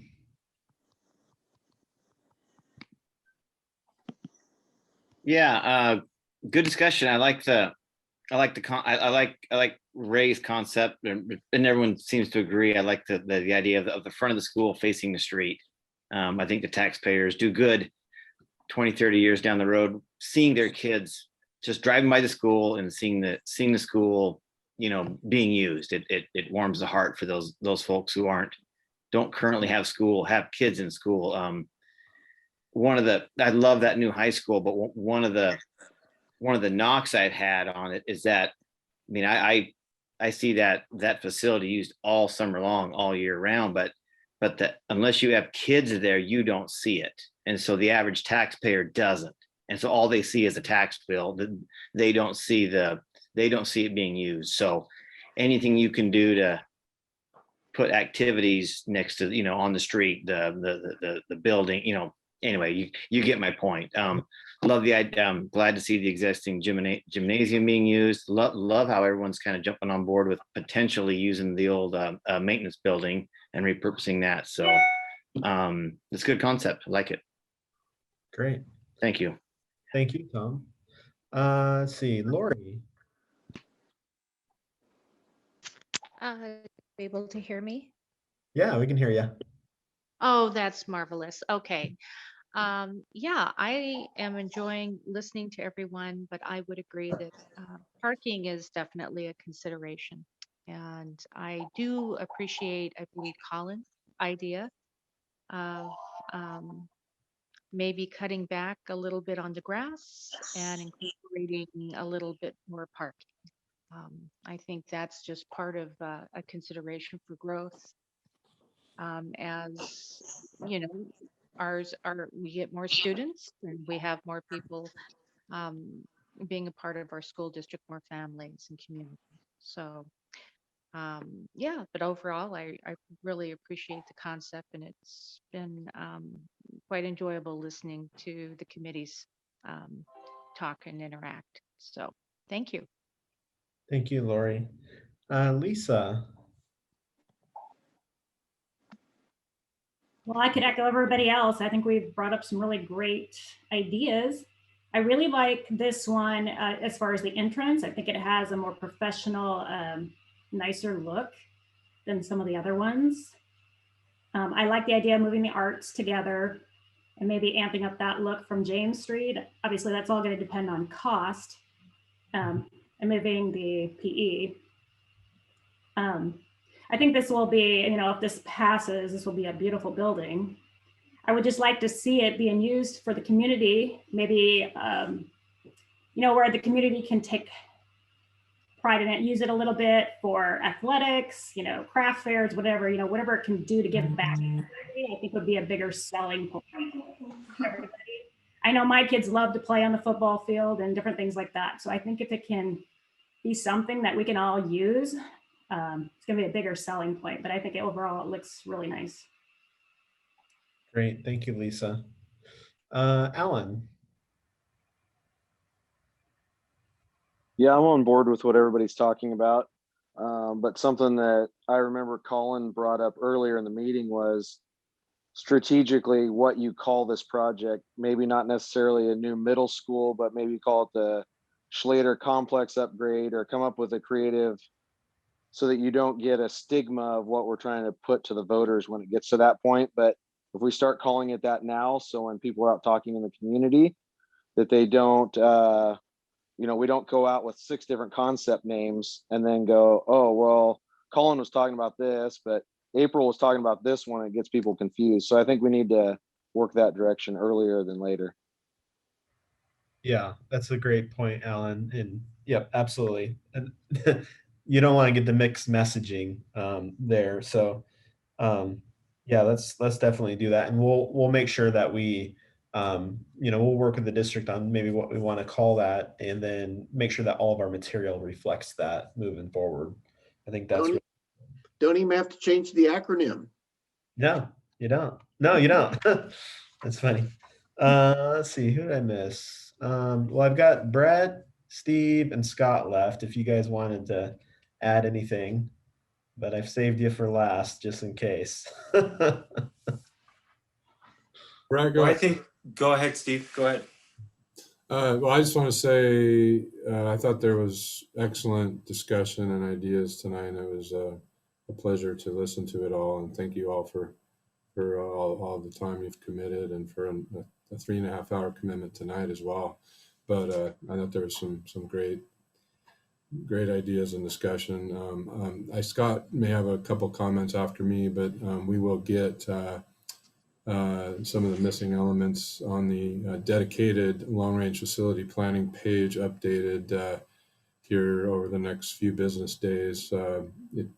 It did end with the December meeting, and we need to get January and now tonight's meeting on there, as well as some videos. We will get as many of the items that was asked for tonight onto the website as well here, hopefully in the next week. And we'll also send out an email here in the next few days that gives a little better definition of how we can go about getting more information as we finish this process up, in terms of who the primary contact will be, and that just so there's no confusion. So we apologize for that. I think we fell behind a little bit on this page as we were finishing up the boundary process, was part of it, but we'll get it cleaned up. Great, thanks, Steve. And this is Brett Milliken, the other Brett. I just wanted to introduce myself as the Director of IT here, and thank you for letting me listen in on this process. I'd echo what Steve said. I really appreciate what the time and effort everybody's, putting into this. And I think they're all great ideas. I went to this school, and I'd love to see the existing stuff reused as much as possible. And I agree, I like A, even though I didn't get to vote on that.